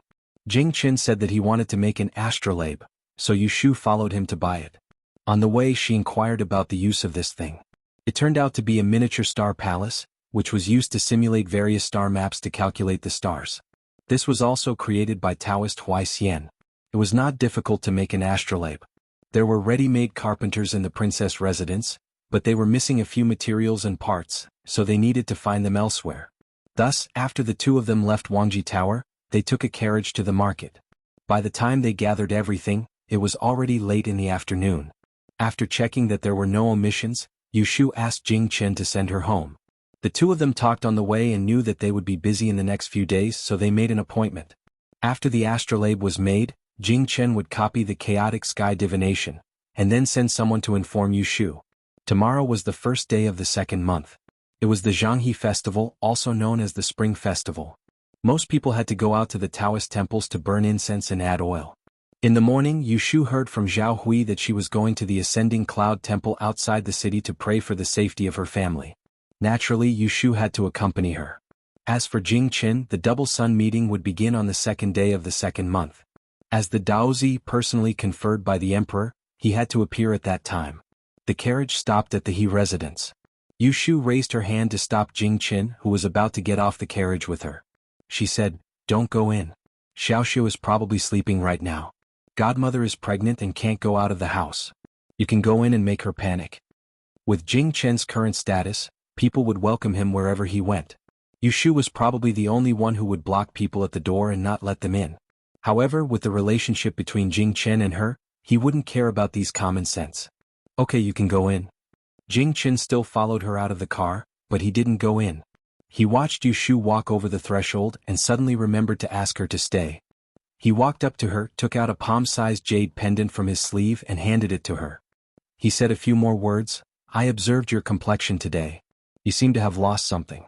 Recently he might have been caught up in some trouble. If you run into any trouble, you must send someone to the princess mansion to find me." Yushu took it and played with it a few times. Nodding his head, he did not decline. The next day before dawn, Zhao Hui urged He Fangji to wake up. She also called for the servant who was guarding the door to boil water for them to wash up. He Fangji only got a beautiful wife in his middle age, so he naturally cherished her. Therefore, when Zhao Hui was pregnant, the couple slept separately. However, they still slept in the same room. He checked her pulse 3 times a day and inquired about her well-being. This was to ensure that his beloved wife would be able to give birth naturally and suffer less. "It's still early. Fern, go back to sleep. I'll massage your hands and feet." Doctor, he put on his outer robe. Sitting by Zhao Hui's bed, he rubbed her legs through the blanket and yawned. Last night in the middle of the night, Zhao Hui cried out a few times. He did not dare to close his eyes for the rest of the night. Zhao Hui was lying on her side. She had just woken up and her face was a little red. She lifted the blanket and covered his legs. She said gently, "Let's go out early. There will definitely be a lot of people going to burn incense today. If we go late, I'm afraid that the ancestors will hear too many wishes and won't be able to take care of us." Didn't eldest brother say? The results for the Diyan examination are about to be released. I have to go and ask for good luck for our daughter. If there's one subject on the list, then we'll burn incense. He Fangji smiled. When she passes, I'll prepare a few tables of wine to treat everyone. As the couple discussed in private, Yu Shu had already gotten up. She was sitting in front of the bronze mirror, letting Yun Do comb her hair. In her hand was a scroll of Song Tushua's notes of peace. She had spent more than 10 taels of silver to get it from a small shop, but it was just a copy. Song Tushue was the junior supervisor of the Celestial Commissioner 10 years ago. This book recorded the major events of the Yin dynasty in the past 300 years. It was analyzed from a scholar's point of view and was worth reading. Miss, I'm done combing. Go and see if Master and Madam are awake. Yu Shu folded the book and placed it on the dressing table. She got up to change her clothes. She had been free recently and could read a few more books. She did not need this little bit of time. Just after breakfast, Pei Jing came to the door with 2 attendants. Although the 2 families had recognized each other halfway, their relationship was not bad at all. Moreover, they had left their homes and did not visit each other frequently. It was inevitable that their days would be lonely. Because Yu Xiaoxiu had not fully recovered from his injuries, he was left at home. He was sensible and did not make a fuss. He only asked Yu Shu to bring back something fun at the gathering. Needless to say, Bairan was included. Boys were easy to get along with, so in the past 2 or 3 days, Yu Xiaoxiu had accepted Bairan as his playmate. Whenever he had something good, he would share it with Bairan. As for Hu Tianer, who he called a brother in the 100 Rivers Academy, he had completely forgotten about him. At dusk, Yu Shu came back from praying outside the city. She was exhausted. She brought some food and toys to Yu Xiaoxiu's room, then went back to her room and lay down on the bed. Because of the festival, there was a market near the Ascending Cloud Temple outside the city. People from the surrounding villages gathered together and the road was filled with people. Their carriage didn't move very fast. When they finally arrived at the entrance of the Taoist temple and got out of the carriage, there were people coming and going. Yu Shu was afraid that the people would crowd Zhao Hui, so she and He Fangji stood on the left and right to protect her. Pei Jing led the way in front. They lined up in the main hall to burn incense, donate money, kowtow to the 3 pure ones and make a wish. No one knew how Pei Jing got them to stay in the backyard of the Ascending Cloud Temple for a meal. They rested for a while and only came back in the afternoon. Yu Shu lay down for a while and fell asleep. She dreamt that a group of people came to her house with drums and gongs, congratulating her for Dian Senior High School and asking for money. She searched all over her body but could not find a copper coin. She was so anxious that she stamped her feet and woke up. When she opened her eyes, it was already dark outside the window. She heard Yun Do's clear voice outside the door. Miss, are you awake? Mr. Shui is here. Please get up." Yu Shu rubbed her head and turned over to sit up. She wrapped herself in the quilt and said in a muffled voice, "I'm up. Go get a basin of water for me to wash my face." "Yes." Yu Shu sat on the bed and sobered up for a while. She wondered why Shui Rui came to see her at this time. So she took a hot handkerchief to wipe her hair and tied it into a simple bun. Then she went to the front yard with her sleeves in her hands. It was early spring and the thick curtains on the living room's door had been removed yesterday. Shui Rui was sitting and blowing on his tea when Yu Shu dragged her feet and walked in. She nodded at Shui Rui and greeted, "Big brother Shui, you're here." Shui Rui heard her soft nasal voice. When she came closer, he saw 2 faint red marks on the left side of her face. At first glance, he knew that she fell asleep on the pillow. He couldn't help but smile and said kindly, "Why are you sleeping at this time? Aren't you afraid that you won't be able to eat dinner?" Yu Shu laughed dryly and sat on the chair opposite him. She said, "I walked outside the city during the day. I'm a little tired when I came back. How come you have time to come here at this time? Is there something you need from me?" Shui Rui's gaze stopped on the 2 red marks on her face. He said in a light tone, "Have you forgotten? The double sun gathering is tomorrow. There will be a dragon boat dance on the bank of the Spring Wave River. The festival will be very lively. If you have nothing to do, you can go for a walk with me. I will bring third sister along. You two can keep each other company." Xiaomia will also come. Yushu's heart was moved. She had long heard that there were hidden dragons and crouching tigers in the double sun gathering. She really wanted to go and see for herself. Moreover, there was an annual festival to watch. She couldn't miss it. Third sister? Yushu didn't miss it. She asked curiously, "Is it the sister you mentioned to me last time? Her name is Jinshuan?" She remembered that Shui Rui didn't have many siblings in his family. He only had one biological sister. She was 1 or 2 years younger than him. She heard that her health wasn't very good. Shui Rui nodded with a smile. "It's Jinshuan. My third sister is very obedient. You will definitely like her." When Yushu heard that she could meet Shui Rui's sister, she was also very happy. "Okay, then I will definitely go. Will you come pick me up tomorrow morning?" As Shui Rui answered, he was calculating in his heart. He'd wanted to let Yushu meet his third younger sister since a long time ago. That child, Jin Sun, had a weak body and he didn't have a temper. As the daughter of the Shui clan, he actually didn't even have a single friend that he could talk to normally. Moreover, Yushu had such a righteous heart, so it would be a good thing if the two of them could be on good terms. "By the way, I was in the inner province yesterday and didn't go to Wangji Tower. Did you see Daozi?" Shui Rui asked knowingly. Before he came to see Yushu, he passed by Wangji Tower and asked Lin Fu. He knew that Yushu and Jing Chen didn't stay in Wangji Tower for long before they went out together. He didn't know where they went. Yushu didn't think there was anything to hide, so she told him the truth. Jing Chen wanted to teach her the stargazing skill of Longhu Mountain. In order to make an astrolabe, they went shopping. "Oh, what is an astrolabe?" Shui Rui asked curiously, yet Jing Chen's actions towards Yushu without holding back in the slightest caused him to feel rather powerless in his heart. He didn't understand why a smart person like Yushu would be so stubborn towards a person like Jing Chen. It seemed that it was because of the other party's rare frankness. On the contrary, he couldn't be completely unreserved towards a person.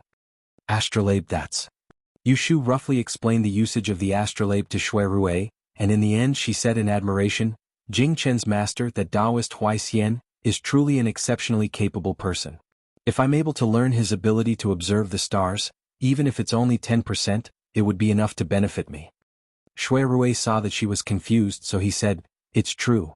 All the officials in the Celestial Commissioner who can be of great use are proficient in the art of stargazing. You need to know that watching people is just small, but watching geniuses is the way.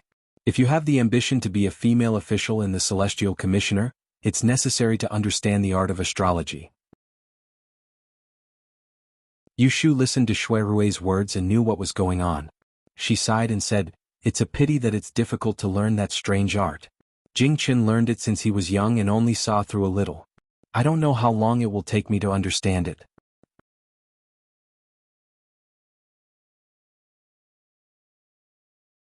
Chapter 332. On the second day of the second lunar month, the sleeping dragon wakes up in winter. The spring thunder starts to sprout and all living things come back to life. In the morning, the servants set up the incense table in the west room.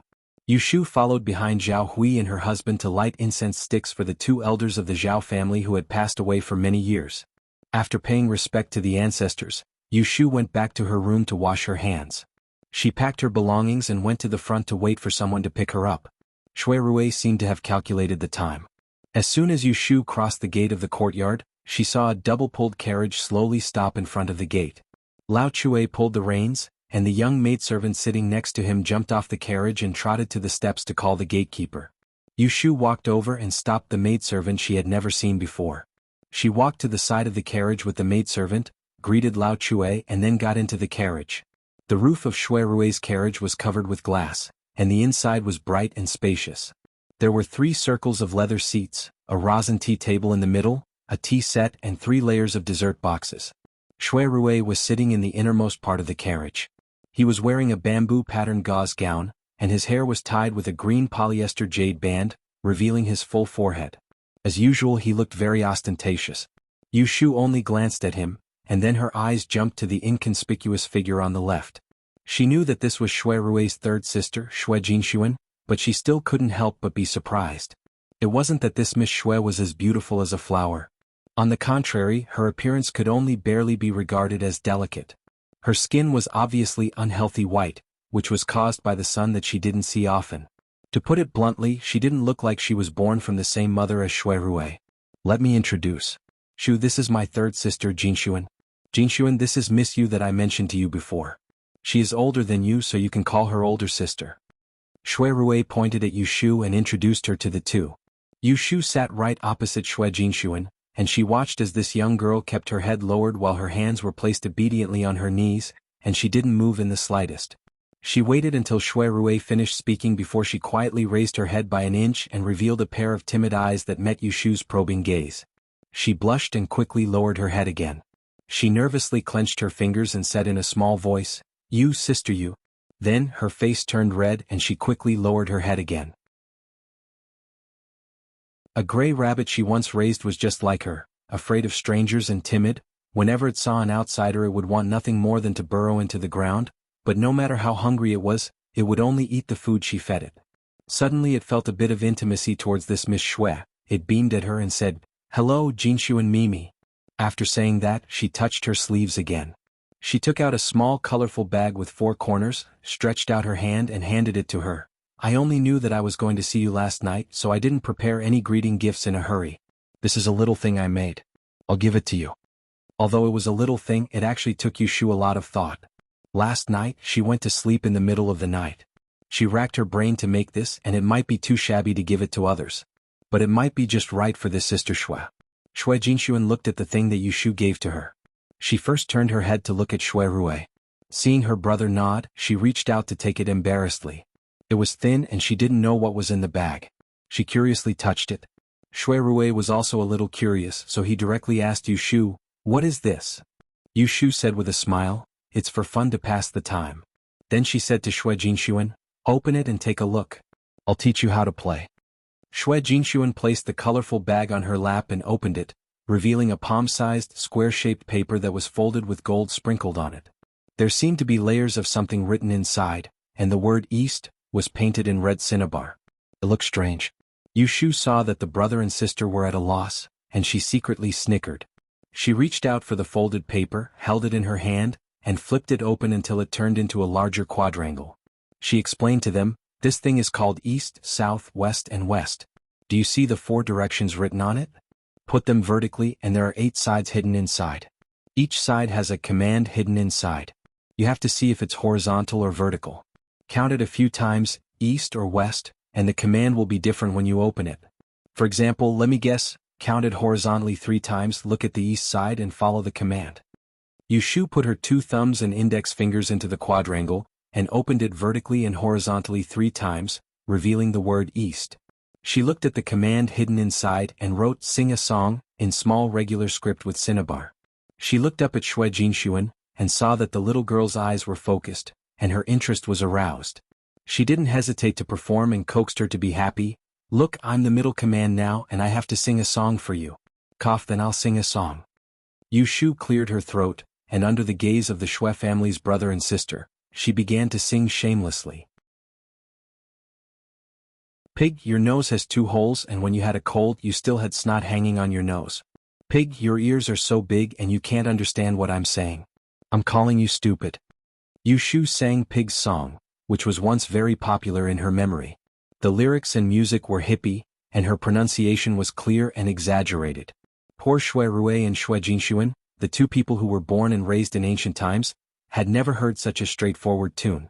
They were stunned after hearing her sing a few lines. When Yu Shu shook her head and hummed "Pig's head, pig's brain, pig's body, pig's tail," they finally couldn't help laughing. Ha ha ha. Shui Rui was overjoyed. On a whim, he leaned over to take the lid of the tea on the table, and gently tapped on the celadon plate to make a rhythm, echoing Yu Shu's tune. The tinkling sounds were very in tune. With the accompaniment, Yu Shu became even more excited, and the lyrics that she couldn't remember clearly became fluent. "Pig, your skin is so white, you must have reincarnated in a rich family in your previous life. It is said that your ancestor had a rake, and the fortune teller said that he was destined to have a peach blossom. When he saw a beautiful girl, he would laugh and laugh, not blush, not be afraid." The younger sister of the Shui family couldn't hold back her laughter. She was afraid of making the singer unhappy, so she quickly closed her mouth. Her cheeks were red and puffed up, but her ears were pricked up. She listened shyly and timidly, and looked at the elder sister of the Yu family with curiosity. After the song, the atmosphere in the car was already very good. Shui Jinshuan even took the initiative to talk to Yu Shu. Although her voice was still not loud, it still surprised Shui Rui. After all, his sister usually didn't speak much, and when she was anxious she would stutter a little. It was already good enough that she could reply with 2 out of 10 sentences. Sister, you, what song is this? She had never heard of it before. It was a strange tune and she couldn't tell how interesting it was. Yushu casually said, "It's just a song sung by our children in the south. You can't take it seriously. Just listen to it and be happy." As she said this, she raised the 4 corners in her hand and said to Shui Jinshuan, "I've given the order, so it's your turn. Which side do you want to guess?" The atmosphere was just right. Shui Jinshuan wasn't as shy as she was at the beginning. After all, she was still a little childish. She wanted to play with Yushu, so she said softly, "Then it's north. North side 6 times." She didn't know how to play, so Yushu patiently asked, "Horizontally or vertically?" Shui Jinshuan thought for a moment and said, "Horizontally." After that, she nervously stared at Yushu's movements. She watched as she folded the 4 corners and opened them 6 times, revealing the north side for her to see. On it were the 4 words "divert trouble to others." Yushu laughed and pointed at Shui Rui. "Jinshuan is lucky. This is an empty order. The person sitting on the east side wants to drink a cup in her place. It's you." As she said this, she poured a cup of tea and handed it to Shui Rui. "There's no wine, so let's use tea instead." Shui Rui raised his eyebrows and drank a cup of tea cooperatively. He looked at the 4 corners in Yushu's hand and said with great interest, "I'll also try. Vertically 3 times, south side." Yushu nodded. The 8 orders she wrote last night flashed in her mind. She quietly turned the 4 corners in another direction, so that the order was replaced by the other side. She counted 1, 2, 3, opened it, looked down, bit her lips, moved closer to Shui Jinshuan and showed it to her. Shui Jinshuan saw the words on the top and exclaimed, then she covered her mouth and lowered her head, as if she was trying to hold back her laughter. Shui Rui was wondering why they were so happy all of a sudden. He saw Yushu stretch out her hand and showed 3 words behind the south side. "You're a pig." He was speechless. "Pig, your nose has 2 holes, Yushu intentionally teased him, and she started humming the pig song from before. She stretched out her hand and pushed up the tip of her nose to reveal 2 round nostrils, and it caused Shui Rui to be at a loss whether to laugh or cry, whereas little sister Shui's face was filled with laughter instead. The 3 of them played for a while and the carriage stopped on Fujing Street. Feng Zhaomiao got on the carriage halfway. Seeing them playing happily, she also joined in to guess the order. Although the north, south, east, west made by Yushu was simple, the words in it were carefully thought out. In addition to the drinking order, the air order, the laughing order, there was also the general order. Whoever guessed the general order would be able to order the people present to do one thing. There was more than one kind of fun, so they were not afraid of the people who guessed the order. The young master of General Feng's family was a playful person. After he joined them, the laughter in the carriage never stopped. When Lao Chue stopped the carriage near the Springlan River, Feng Zhaomiao was still holding the square paper that Yushu made. He begged Yushu to make one for him as well. He planned to use it to tease other people. After Yushu agreed, he returned the north, south, east, west to Shui Jinshuan. The little girl blushed and took out the small colorful bag that Yushu gave her at the beginning. She put the square paper back and put it in her sleeve pocket. She shyly thanked Yushu. It seemed that she liked the gift very much. Shui Rui saw that Yushu and Shui Jinshuan got along well, so he was relieved. He opened the curtain and got off the carriage first. Looking at the crowd in front of them, he turned around and said to the people in the carriage, "Let's get off the carriage. There are many people in front. Let's walk there." Yushu jumped off the carriage first. She turned around and handed her hand to Shui Jinshuan. Then she helped the little girl get off the carriage. Feng Zhaomiao was the last one to get out of the carriage. He was still holding half of a peach cake in his hand. He tiptoed and looked into the distance. He said vaguely, "There are so many people. It seems that the flower drum has begun. Let's go there first. Brother Rui?" Shui Rui nodded. Feng Zhaomiao then dashed towards a certain direction like a monkey. Yushu was just about to follow when someone patted her shoulder lightly. She turned her head and a warm breath brushed past her ear. "Third younger sister rarely goes out, so I'll have to trouble you to help me keep an eye on her. Be careful not to let her get lost." Yushu shrunk her neck and made an N sound. She avoided Shui Rui and stepped to Shui Jinshuan's side. She held the little girl's hand. "Jinshuan, let me hold your hand. Come with me." Little sister Shui rarely got so close to others. Although she was a little nervous, she still nodded and let Yushu pull her forward.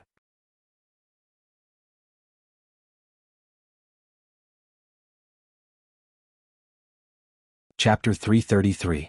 Because of the festival, there are many celebrations on the Chunlan River. There are many folk customs such as fighting for flowers and birds, and burning incense to drive away insects. The most eye-catching thing is the donation from the rich people in the city. On the long river, there are more than 100 dragon heads flowing in the shallows. Sailors are holding baskets and scattering ash to attract the dragons. There are drums on the shore. People who are interested can go to the river to touch the dragon head and get some happiness. Along the riverbank there were peddlers selling flowers, fruits and steamed black and white glutinous rice balls. It was a must to eat a few during this season to show respect to the Lord of the Earth and to get rid of the bad luck on one's body. Yushu and the others were walking and stopping on the riverbank. After tasting the glutinous rice balls, two girls stopped in front of an old woman who was selling flowers with a big basket. They were picking out the fresh flowers that were picked early in the morning and still had dewdrops on them.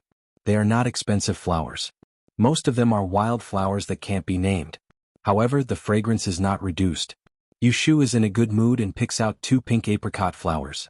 She compares them to Xue Jinshuan's face and puts them next to the bead on her ear. She looks at them and finds that Xue Xiaomei's complexion is much rosier. Xue Jinshuan touches the flower petal on her ear and shyly lowers her head and rubs her toes. The old woman says to them with a smile, "Both of you look good."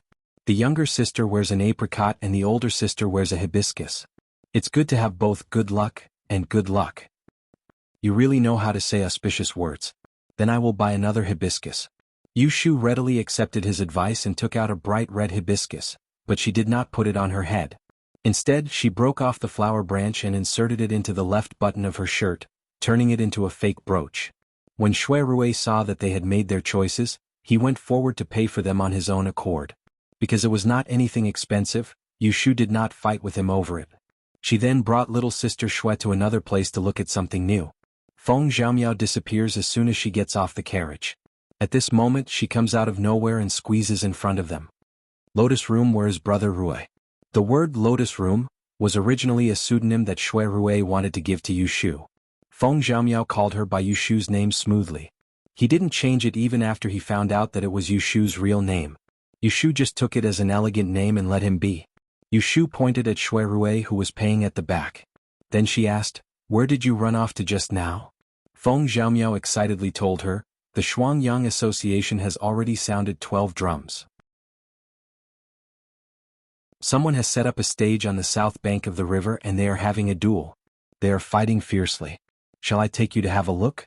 When Yushu heard that there was an arena to watch, she was a little tempted. She was afraid that Xue Jinshuan would not like it, so she turned around and asked for her opinion. However, Xue Jinshuan was the most indecisive one. He hesitated and didn't say anything. It was unknown whether he wanted to go or not. Later, Xue Rui came over and made the decision. The four of them crossed the bridge and followed the crowd to the south bank to watch the martial arts competition. Every 3 years, the drums would sound on the first day of the Shuangyang Association. There were 12 huge drums on the river bank. Around 100 young and strong drummers surrounded them, waving their arms and beating the drums. The rumbling was comparable to the sound of spring thunder. This was to inform the people who had come to attend the meeting that the Shuangyang Association had already begun and they could show their skills. Facing the spring river there was a 3-story Cheongyu Tower. The top and bottom of the tower were filled with the nobles of the capital. There were countless tea and wine tables. The most distinguished ones were the princes on the 3rd floor.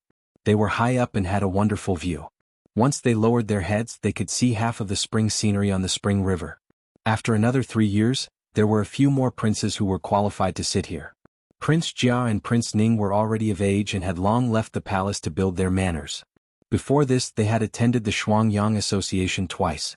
The 8th Prince Lu Du had not yet been conferred the title of prince. 3 years ago he had also sat in Cheongyu Tower. As for Lu Tan and Lu Yi, because they were still weak, this was the first time they had appeared in the Shuangyang Association. For more than 100 years, the Shuangyang Association had accepted all the scholars and martial artists from all over the world. As long as they had a skill they could try their skills here. They had also set up a 49-day arena. There were literary and martial arts selections, not sticking to a single style. The most important ones were the E-Duel, where 18 great E-dojos from the north and south sent their masters to participate. There were also the martial duel, where 23 dojos and 6 escort agencies sent their masters to participate. Finally, there was the 100 literary duel, where scholars and poets gathered. Although they were all to select talents, the Shuangyang Association's requirements were much more relaxed compared to the Imperial Examination and the Great Yen Examination. Scholars did not need to pass the provincial and provincial examinations, and merchants did not need to have a recommendation letter from their masters to have a chance to make a name for themselves. The biggest difference between the two was that one emphasized the examination, while the other emphasized the competition. The two did not conflict. Naturally, there were examinees who participated in the imperial examination and came to the Shuangyang Association to compete before the results of the Great Yen Examination were released. It was another good opportunity to gain fame and profit. As for the nobles and the rich who came to watch, their thoughts were different.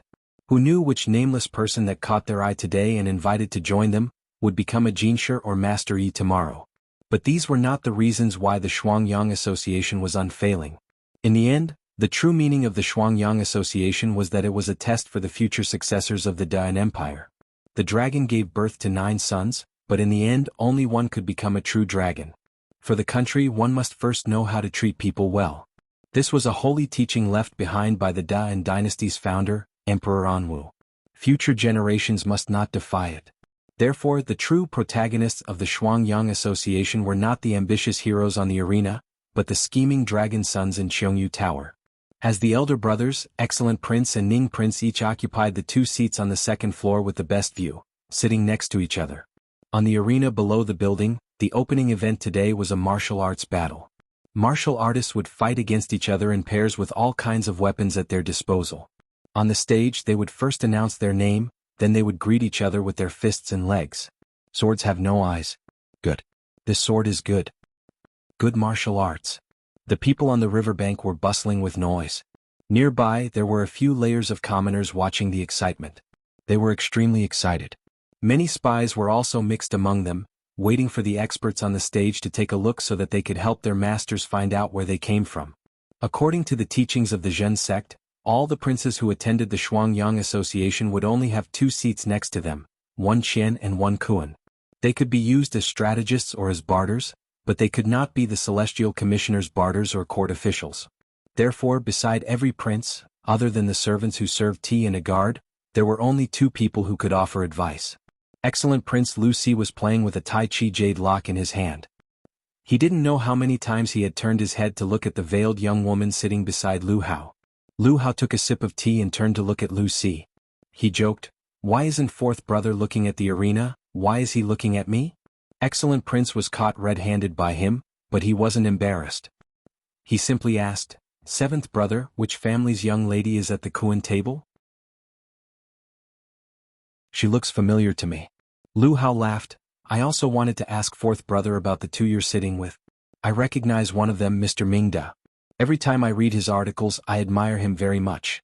I originally wanted to invite him this time, but 4th brother beat me to it. As for this lady, she doesn't look like someone from the capital. I wonder where 4th brother invited her." Lu Si first heard him compliment the Qian table and felt a bit proud. Hearing him ask about the Kuan table, he didn't conceal anything. He pointed at the table on the right and introduced, "This is Lady Qing of the Wenqin family of the Northern Fu. She is the 6th-generation successor of the secret script." Just 2 short introductions were enough to show the extraordinariness of the Kuan table. Everyone knew that the south had Xiajiang and the north had Wenqin. These 2 families with the surname Yi were illustrious. 100 years ago they each produced a EZ who created a unique technique. That Lady Qin, who was around 30 years old, heard Lu Si's introduction and stood. She bowed to Lu Hao in a manner that was neither haughty nor humble. She greeted, "Greetings to Ning Wang." Lu Hao narrowed his eyes and only nodded his head in return. He didn't reveal an expression of surprise as Lu Si had expected. He turned his gaze back to the matches below. Lu Si sat a bit disinterestedly, but he forgot to inquire who the woman sitting at the Kuan table on Lu Hao's side was. On the other side of Lu Si sat the 8th Prince Lu Du, and on the other side of Lu Hao sat the 9th Prince Lu Tan. Both of them also had people accompanying them. Not to mention Lu Du, on the Kuan table on Lu Tan's side was Jing Chen's Shimi, the female cultivator of Tai sect, Shui Yun. Unlike the rest of the men and women on the Cheng Kuan banquet, the table in front of Shui Yun wasn't filled with brush, ink and paper, nor was it filled with the 8 trigrams. Instead, there was only an ancient lot pot with nearly 100 pitch-black lot strips inserted in it. It was unknown what they were made of. If one paid close attention, they would find that every time someone changed on the arena, she would watch attentively, draw out 2 slender black sticks from the pot, and calculate with her fingers. After about 10 minutes, she would insert the black sticks into the pot, shake them and mess them up, and then take them out next time. The people present were used to seeing strange people, so they didn't blame her. Shui Yun's movements were not eye-catching, and she was young, so they only thought that she was invited by Lu Tan to make up the numbers. They didn't know the power of the black sticks. There were too many people below the arena. Shui Rui and Feng Xiaomiao acted as flower protectors, one on the left and one on the right, pushing through the crowd and protecting the 2 girls, Yushu and Shui Xiaomei, who squeezed to the front and stood in a good position to watch. When the fighting on the arena was about to get interesting, the first part of it was just some flowery but impractical moves. Just now there were 2 martial artists fighting, one with a 9-inch sword, the other with a scimitar. They fought back and forth. The light of the knife and the shadow of the sword were very enjoyable. Although it was not the first time for Yushu to see a real knife and a real spear, she had never seen a real martial arts competition. As a layman, she was soon dazzled and her blood surged. Like Feng Xiaomiao, she clapped and cheered with a group of onlookers. Because Shui Rui's martial arts skill was not bad, he did not pay any attention to the small fights on the platform. His attention shifted upwards and he stared at the crowd of figures on the top of Cheongyu Building. He could vaguely distinguish who was who, and he plotted in his heart. One of Lu Tan's seats was a junior sister from the same sect as the Daozi. According to what Lu Tan told him in private, she was a junior sister that possessed peerless skills, and the other was an extraordinary person that Shui Rui had personally invited.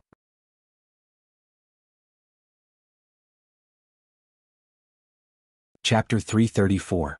Yushu's group of 4 had a good time at the Shuangyang meeting. When it was almost sunset, they reluctantly returned home. They had dinner at Wangji Tower. Yushu thought that she did not plan to go out tomorrow, so she asked Lin Fu to bring the accounts of the past few days. She looked through them and put them back after making sure that there were no discrepancies. Feng Xiaomiao had left earlier. Shui Rui had to send Yushu back first, so Shui Jinshuan was naturally in the car. On the way, Yushu and Shui Rui talked about what happened during the day. Shui Jinshuan listened quietly and smiled without interrupting. When they arrived at Zhao Hui's house, Yushu got out of the car. Shui Rui opened the window and said goodbye to her. He told her that she did not have to go to Taiching Department to look at the results on the 4th day of the new year. He would send someone to look at the results first and then inform her. Yushu agreed. The Dian examination results were released during the Shuangyang meeting.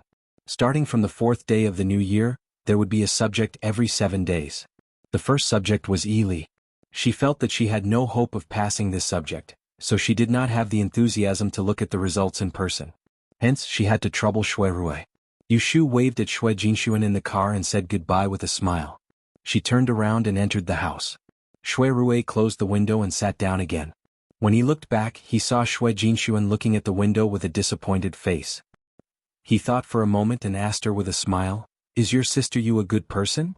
Shui Jinshuan twisted her fingers.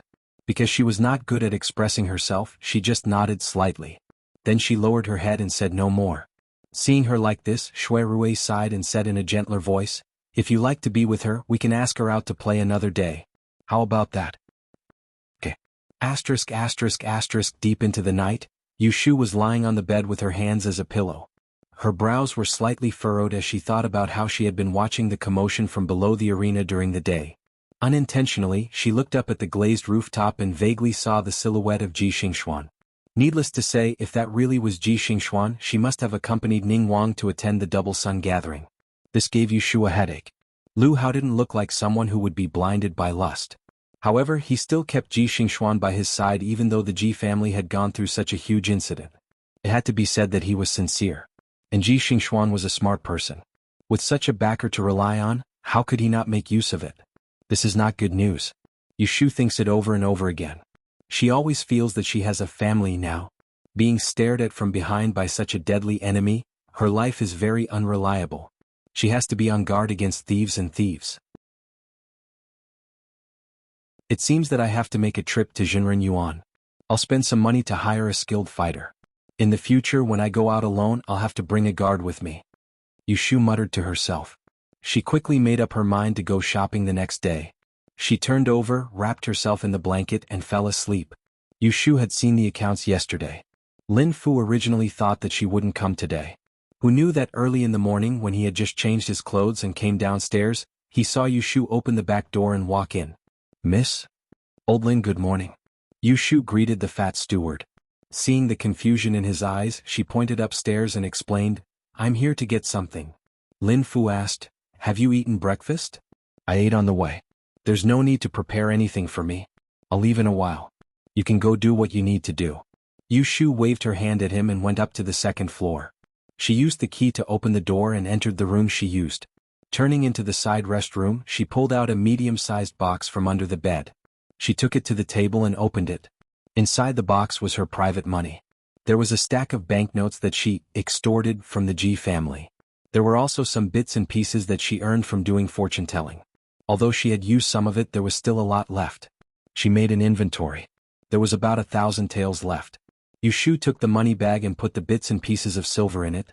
She folded the banknotes and put them in her pocket. She only left 2 ingots to look at in the box. With enough money, Yu Shu left from the back door. She went to the street and hired a gray leather sedan chair. She directed people to carry it to the west of the city. The north and south of the city were clearly demarcated. The Qinyuan road that ran through the capital divided the rich and the poor. The east and west of the city were also different. They were also in the west of the city. A little further north was a street of calligraphy, painting, and silk shops, while a little further south was a bustling market. The streets were noisy and there were many beggars. There were always 2 or 3 beggars on each street. Yu Shu liked to recognize the way, so she didn't just sit in the sedan chair. Instead, she hung up the curtain and looked all the way. She was looking at the street to see if there were any new snacks that she could buy and bring back for Yu Xiaoxiu to try. Suddenly, she saw a few unkempt beggars chasing a limping clay figurine out of an alley. In a moment, they rushed to the middle of the street, and her sedan chair happened to block their way. The clay figurine that was being chased lost its balance and fell to the ground. The people chasing it caught up and grabbed its hair and began to wrestle with it. The sedan chair bearers were shocked and stopped. They were blocked by the people in front of them and couldn't pass. "Bastard, how dare you steal food and drink in our territory? Beat him to death." "Who asked you to steal? Who asked you to steal? I'll beat you to death." Yu Shu's palanquin couldn't move, so she could only watch the scene unfold. The clay figurine that was being beaten was a man.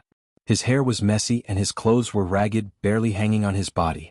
One of his hands was strangely holding his head and he didn't fight back. Instead, he lowered his head and wolfed down the fried chicken in his other hand while the others were beating him. However, the chicken was quickly snatched from his hand by a few beggars. They kicked him to the ground and stomped on him a few times. Then they swore and ran into the alley. The clay figurine didn't make a sound. He struggled to get up from the ground. When he raised his head, he saw Yu Shu in the sedan chair. The first to be stunned was the clay figurine. Yu Shu reacted quickly. She recognized the man as soon as she saw the ugly centipede-like scar on the man's unshaven face. She was so shocked that her mouth dropped open. Wasn't this the deputy leader of Autumn Osmanthus Lane's Evergreen Gang? The brother Hai, that Qiu Biao and the others hired to kill her? Why was Qiu Biao and Bai Qing beheaded in public? Shouldn't they be locked up in prison? Just as Yu Shu was bewildered, the clay figurine panicked and retreated a few steps. He dragged his half-crippled leg and ran into the alley behind him. When Yu Shu came back to her senses, the clay figurine had already run far away. Yu Shu anxiously clung to the window and wanted to get out of the sedan chair. She didn't know whether to chase or not. A series of question marks appeared in her mind. A few months ago, that pair of bandits, Qiu Biao and Bai Qing, bumped into her in the capital. When they found out that she was still alive, they were afraid that she would expose the fact that they were colluding with the water bandits from both inside and outside to murder for money, so they tried to kill her. Later on, she asked Shui Rui for help to bring this group of people to justice.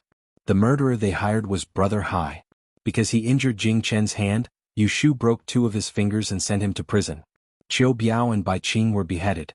She clearly remembered that Brother Hai was also sentenced to 10 years in prison for murder. It had only been a few months. How did he escape? Could he be escaping from prison? However, it seemed that he had been out for a long time. Why didn't she hear anything? Why didn't Shui Rui tell her that he had escaped? The more Yu Shu thought about it, the more confused she became. She didn't dare to chase after him by herself. She could only remember the route and let the sedan chair bearers carry her away. Yushu went to the supply house alone and carefully selected 2 servants who could fight and carry. She spent a high price of 400 taels of silver to take them away. However, she didn't look for the steward who received Shuerue last time. She took the contract of selling herself and 2 guards who were said to be the private soldiers of a criminal general. Yushu came out of the supply house. She didn't even sit in the sedan chair. She directly brought the 2 guards and walked back to the street where she saw Brother Hai. "Miss, where are we going?" "Go to the front. I want to catch someone. Help me," Yushu said with a heavy expression. Since she knew that the person had escaped from prison, she couldn't just let him go. She must catch him to prevent any accidents from happening. The 2 newly appointed thugs looked at each other. Because they had been transferred and taught in the supply house, they remembered to obey orders in order to have a better life in the future. They didn't say anything else and followed behind Yushu into an alley. Yushu was sure that Brother Hai couldn't have run far with a limp. Plus, he had obvious features. In less than an hour, they found his whereabouts in the neighborhood. When Yushu led them through many turns and found a smelly ditch, Chu Hai was curled up and coughing under a broken bridge. As soon as he heard footsteps approaching, Chu Hai raised his head in alarm. When he saw the figure of the person approaching, he rolled and crawled to run. But the 2 thugs brought by Yushu obeyed her orders and went forward to capture him. Different from the cowardly Yushu saw on the street before, Chu Hai dragged a limp and fought with 2 thugs alone. After more than 10 moves, he was defeated. His arms were twisted and he was pushed to the front of Yushu. "Miss, I've caught him. What should I do with him?" Yushu stared at Chu Hai, who was neither human nor ghost, with an ugly expression and asked directly, "How did you escape from the prison?" "Ahem." Chu Hai knew that he couldn't break free, so he lowered his head and didn't say a word or answer Yushu's question. Yushu sneered, "It doesn't matter if you don't say it. You are a fugitive anyway. I'll send you to the Yamen now." Chu Hai's body stiffened. He slowly raised his head and stared at Yushu. His bloodshot eyes revealed a pleading expression. "I was just paid by someone to eliminate a disaster for them. There is no hatred between us. Cough cough cough. I attacked you, but you also cut off 2 of my fingers. So, we are even. If you let me go, I swear to God that I will never seek revenge on you in the future. Otherwise, I will die a horrible death. Otherwise..." Speaking of this, he gasped a few times, gritted his teeth, and suddenly became ruthless. "Otherwise, as long as I'm alive, I won't let you live a good life." Chu Hai was a man in the past. He had some guts. He was under the control of others, but he still dared to threaten. If Yushu was timid, she might be scared by him. But this woman had experienced death, so she wouldn't be scared by his bluff.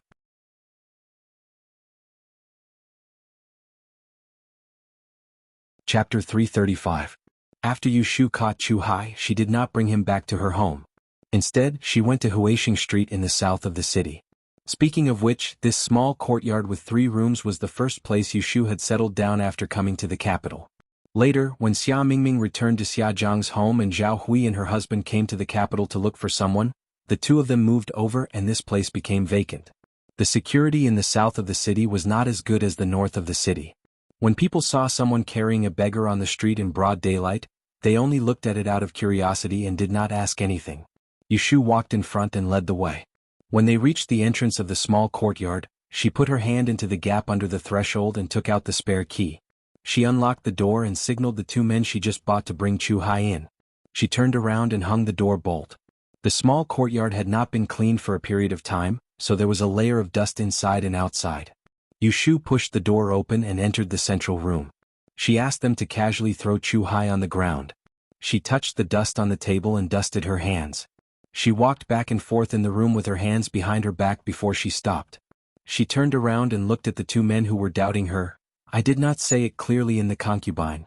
The steward there must have told you that I bought you to be the guards of the concubine. In fact, that is not the case. You see, I am a young woman going out alone, so you must be suspicious. I might as well tell you that I am a customer. I am a teacher, so I don't care about the customs. I used the money to buy you back. If I want you to guard the door at night, it will be a waste of your talents. Here is a task for you to do. If you do it well, I will treat you as my subordinates in the future. In the future, I might even help you get rid of your slave status." At this point, the 2 martial artists' faces were already filled with shock. They looked like they didn't believe her, but Yushu didn't want them to believe her for a while. She just wanted to scare them into working for her. That was enough. "Do you understand what I'm saying?" Yushu asked again. The two martial artists weren't untactful. One of them was good at reading the situation. He stealthily pulled on the other and stepped forward. Cupping his hands in obeisance to Yushu, he lowered his head and said sincerely, "Since I, Zhou Hu, am already Mrs. Person, I will naturally follow Mrs. Lead and follow your orders. I will listen to Mrs. Instructions." The other one was a little simple and honest, but he was not stupid. Seeing Zhou Hu's attitude, he also cupped his fists and said in a low, muffled voice, "I am Song Dali. As long as Miss takes care of my food, I will listen to your orders." Yushu could roughly guess their temperament from their words and actions, so she was a little relieved.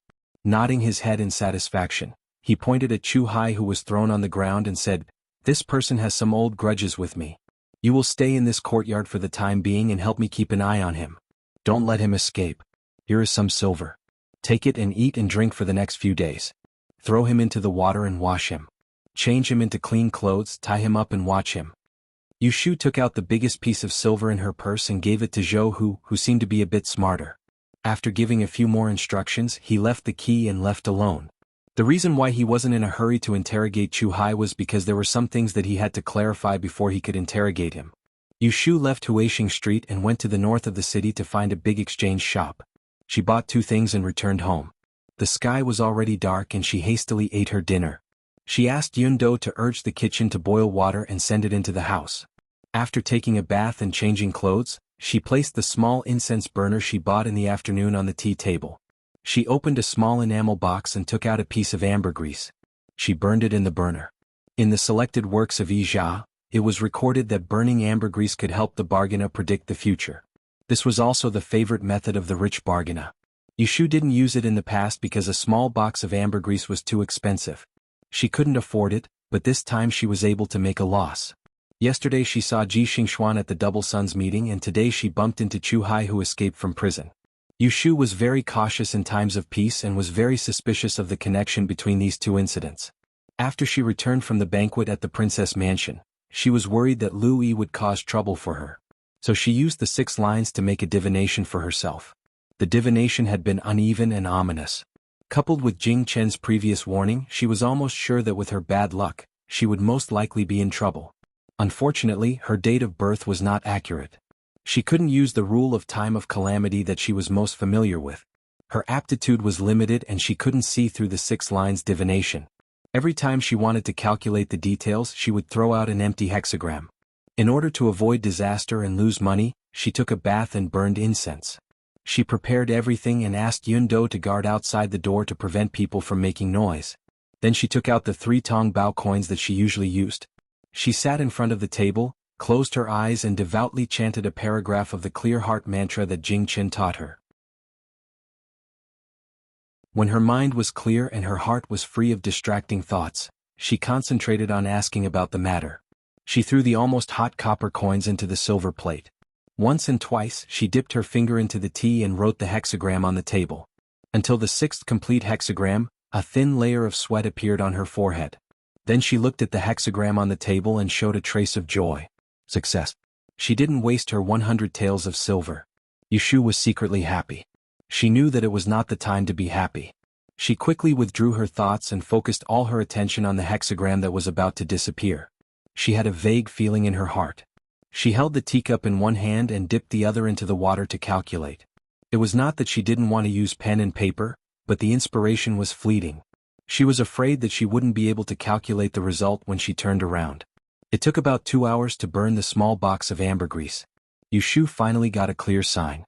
She frowned and wiped her fingers in front of her body. She got up and walked to the desk with the fragrance of incense. She grinded the ink thoughtfully and dipped the pen into the paper to write, February 13th, avoid water, fatal disaster. Yushu couldn't sleep the whole night because of the hexagram she calculated yesterday. She couldn't be blamed for not being calm. How many people in this world could lie in bed and sleep when they knew that a disaster was about to befall them? During breakfast, He Fangji was the first to notice that Yushu was a little strange. He noticed that Zhao Hui had only taken 2 bites of the food she picked up for her and observed her complexion. He said, "Don't force yourself if you don't have an appetite. I'll take a look at you later to see if you have indigestion or anorexia." Hearing this, Zhao Hui hurriedly put down her chopsticks and reached out to touch the back of Yushu's hand. She was afraid that Yushu would catch a cold because she didn't cover herself with the quilt last night.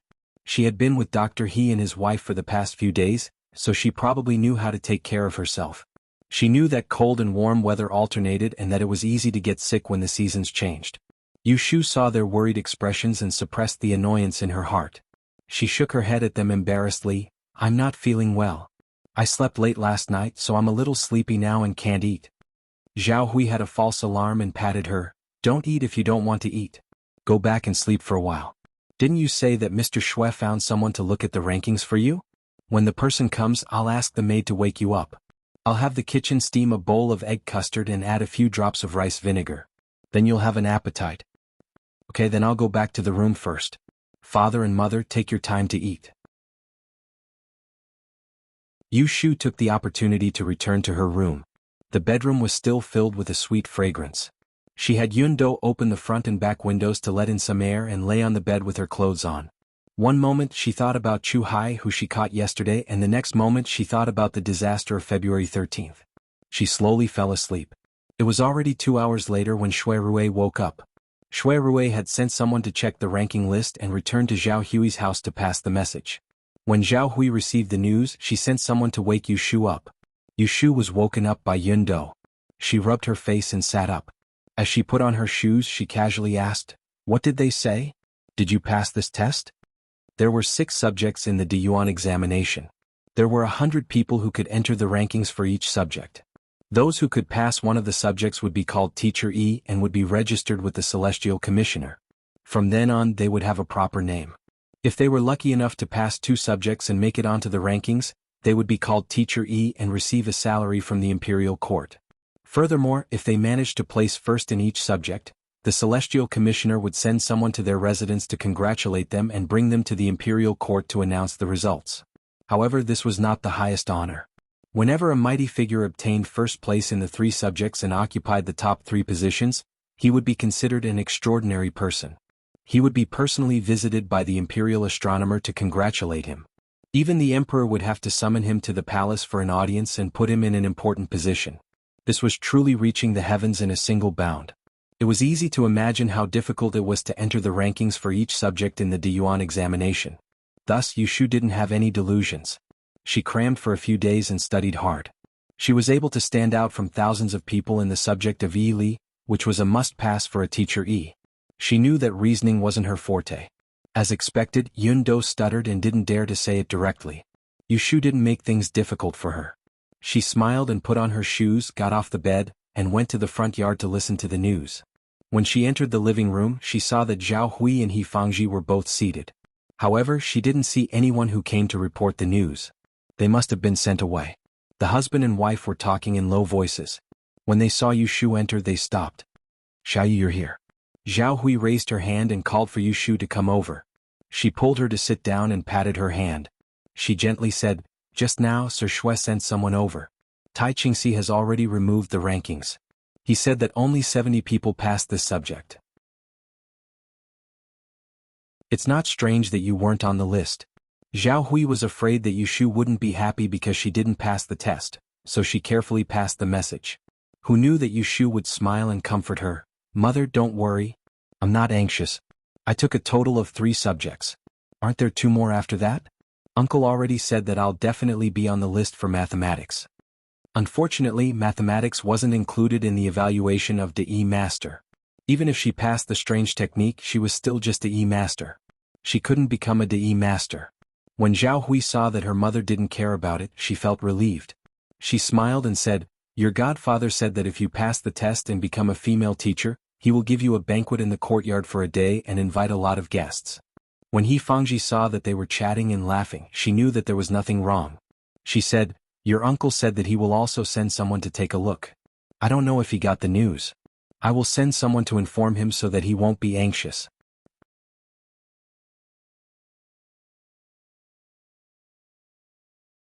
Chapter 336.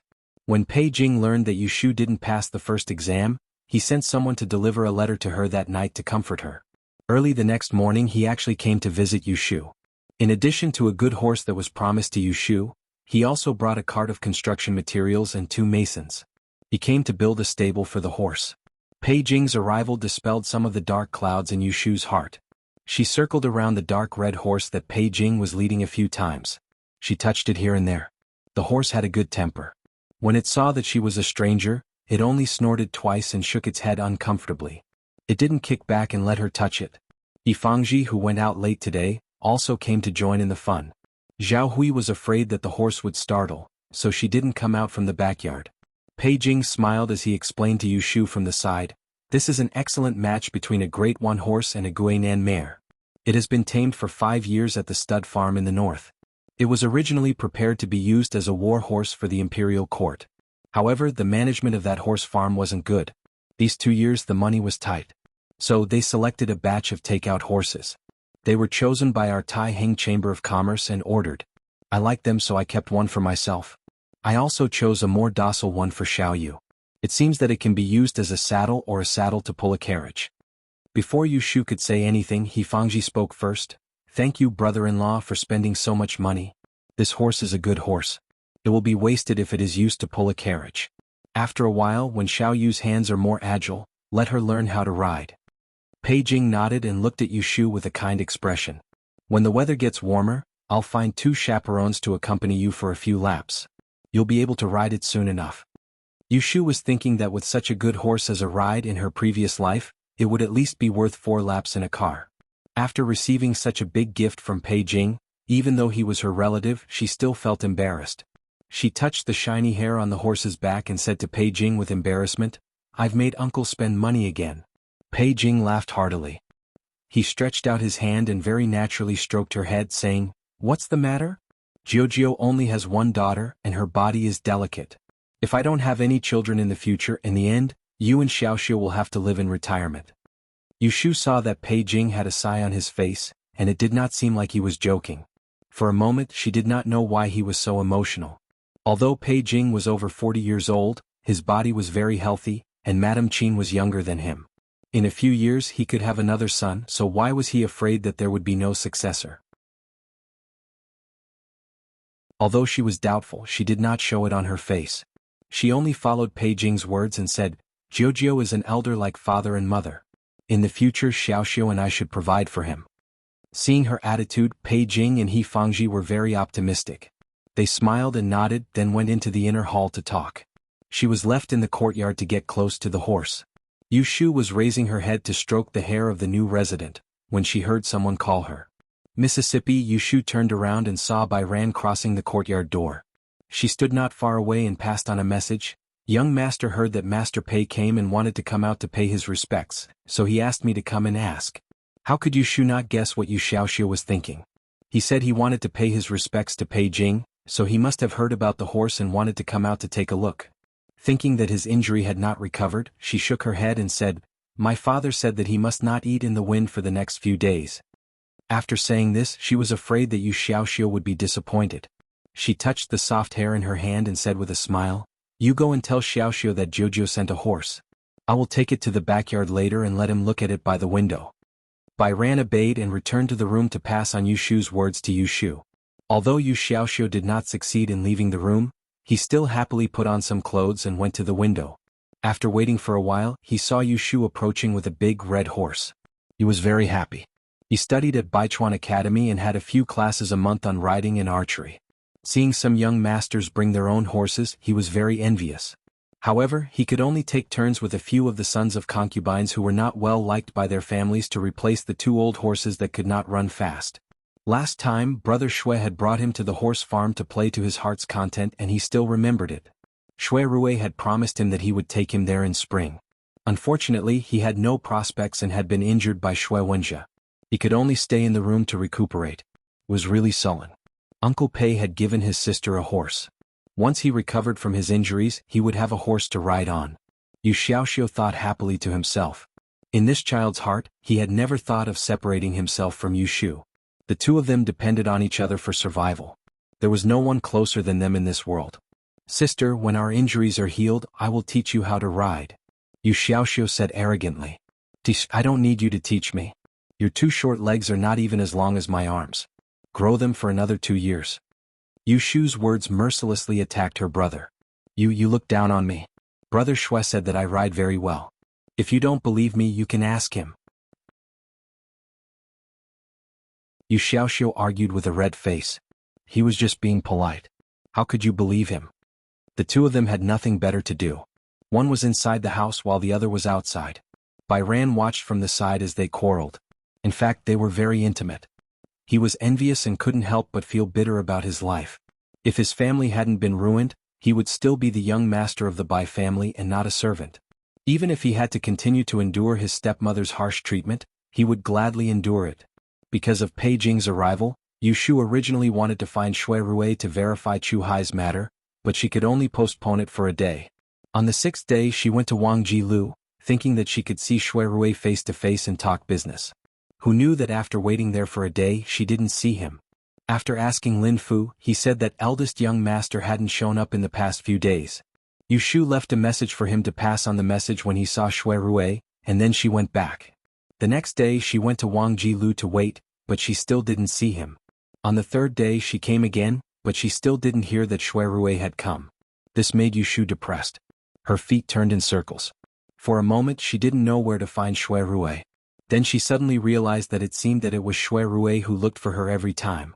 Even if he didn't look for her, she would always meet him. This seemed to be the first time she took the initiative to look for him. What to do? Except for Wang Jilu, she didn't know where he liked to go. Should she go to the gate of the Supreme Court and wait for him? It was not impossible, but she didn't know whether he would leave from the front gate or the back gate. What should she do if she didn't find him? It would be February 13th in a few days. If she didn't figure out Chu Hai's matter, she would be worried. This was Yu Shu's mistake.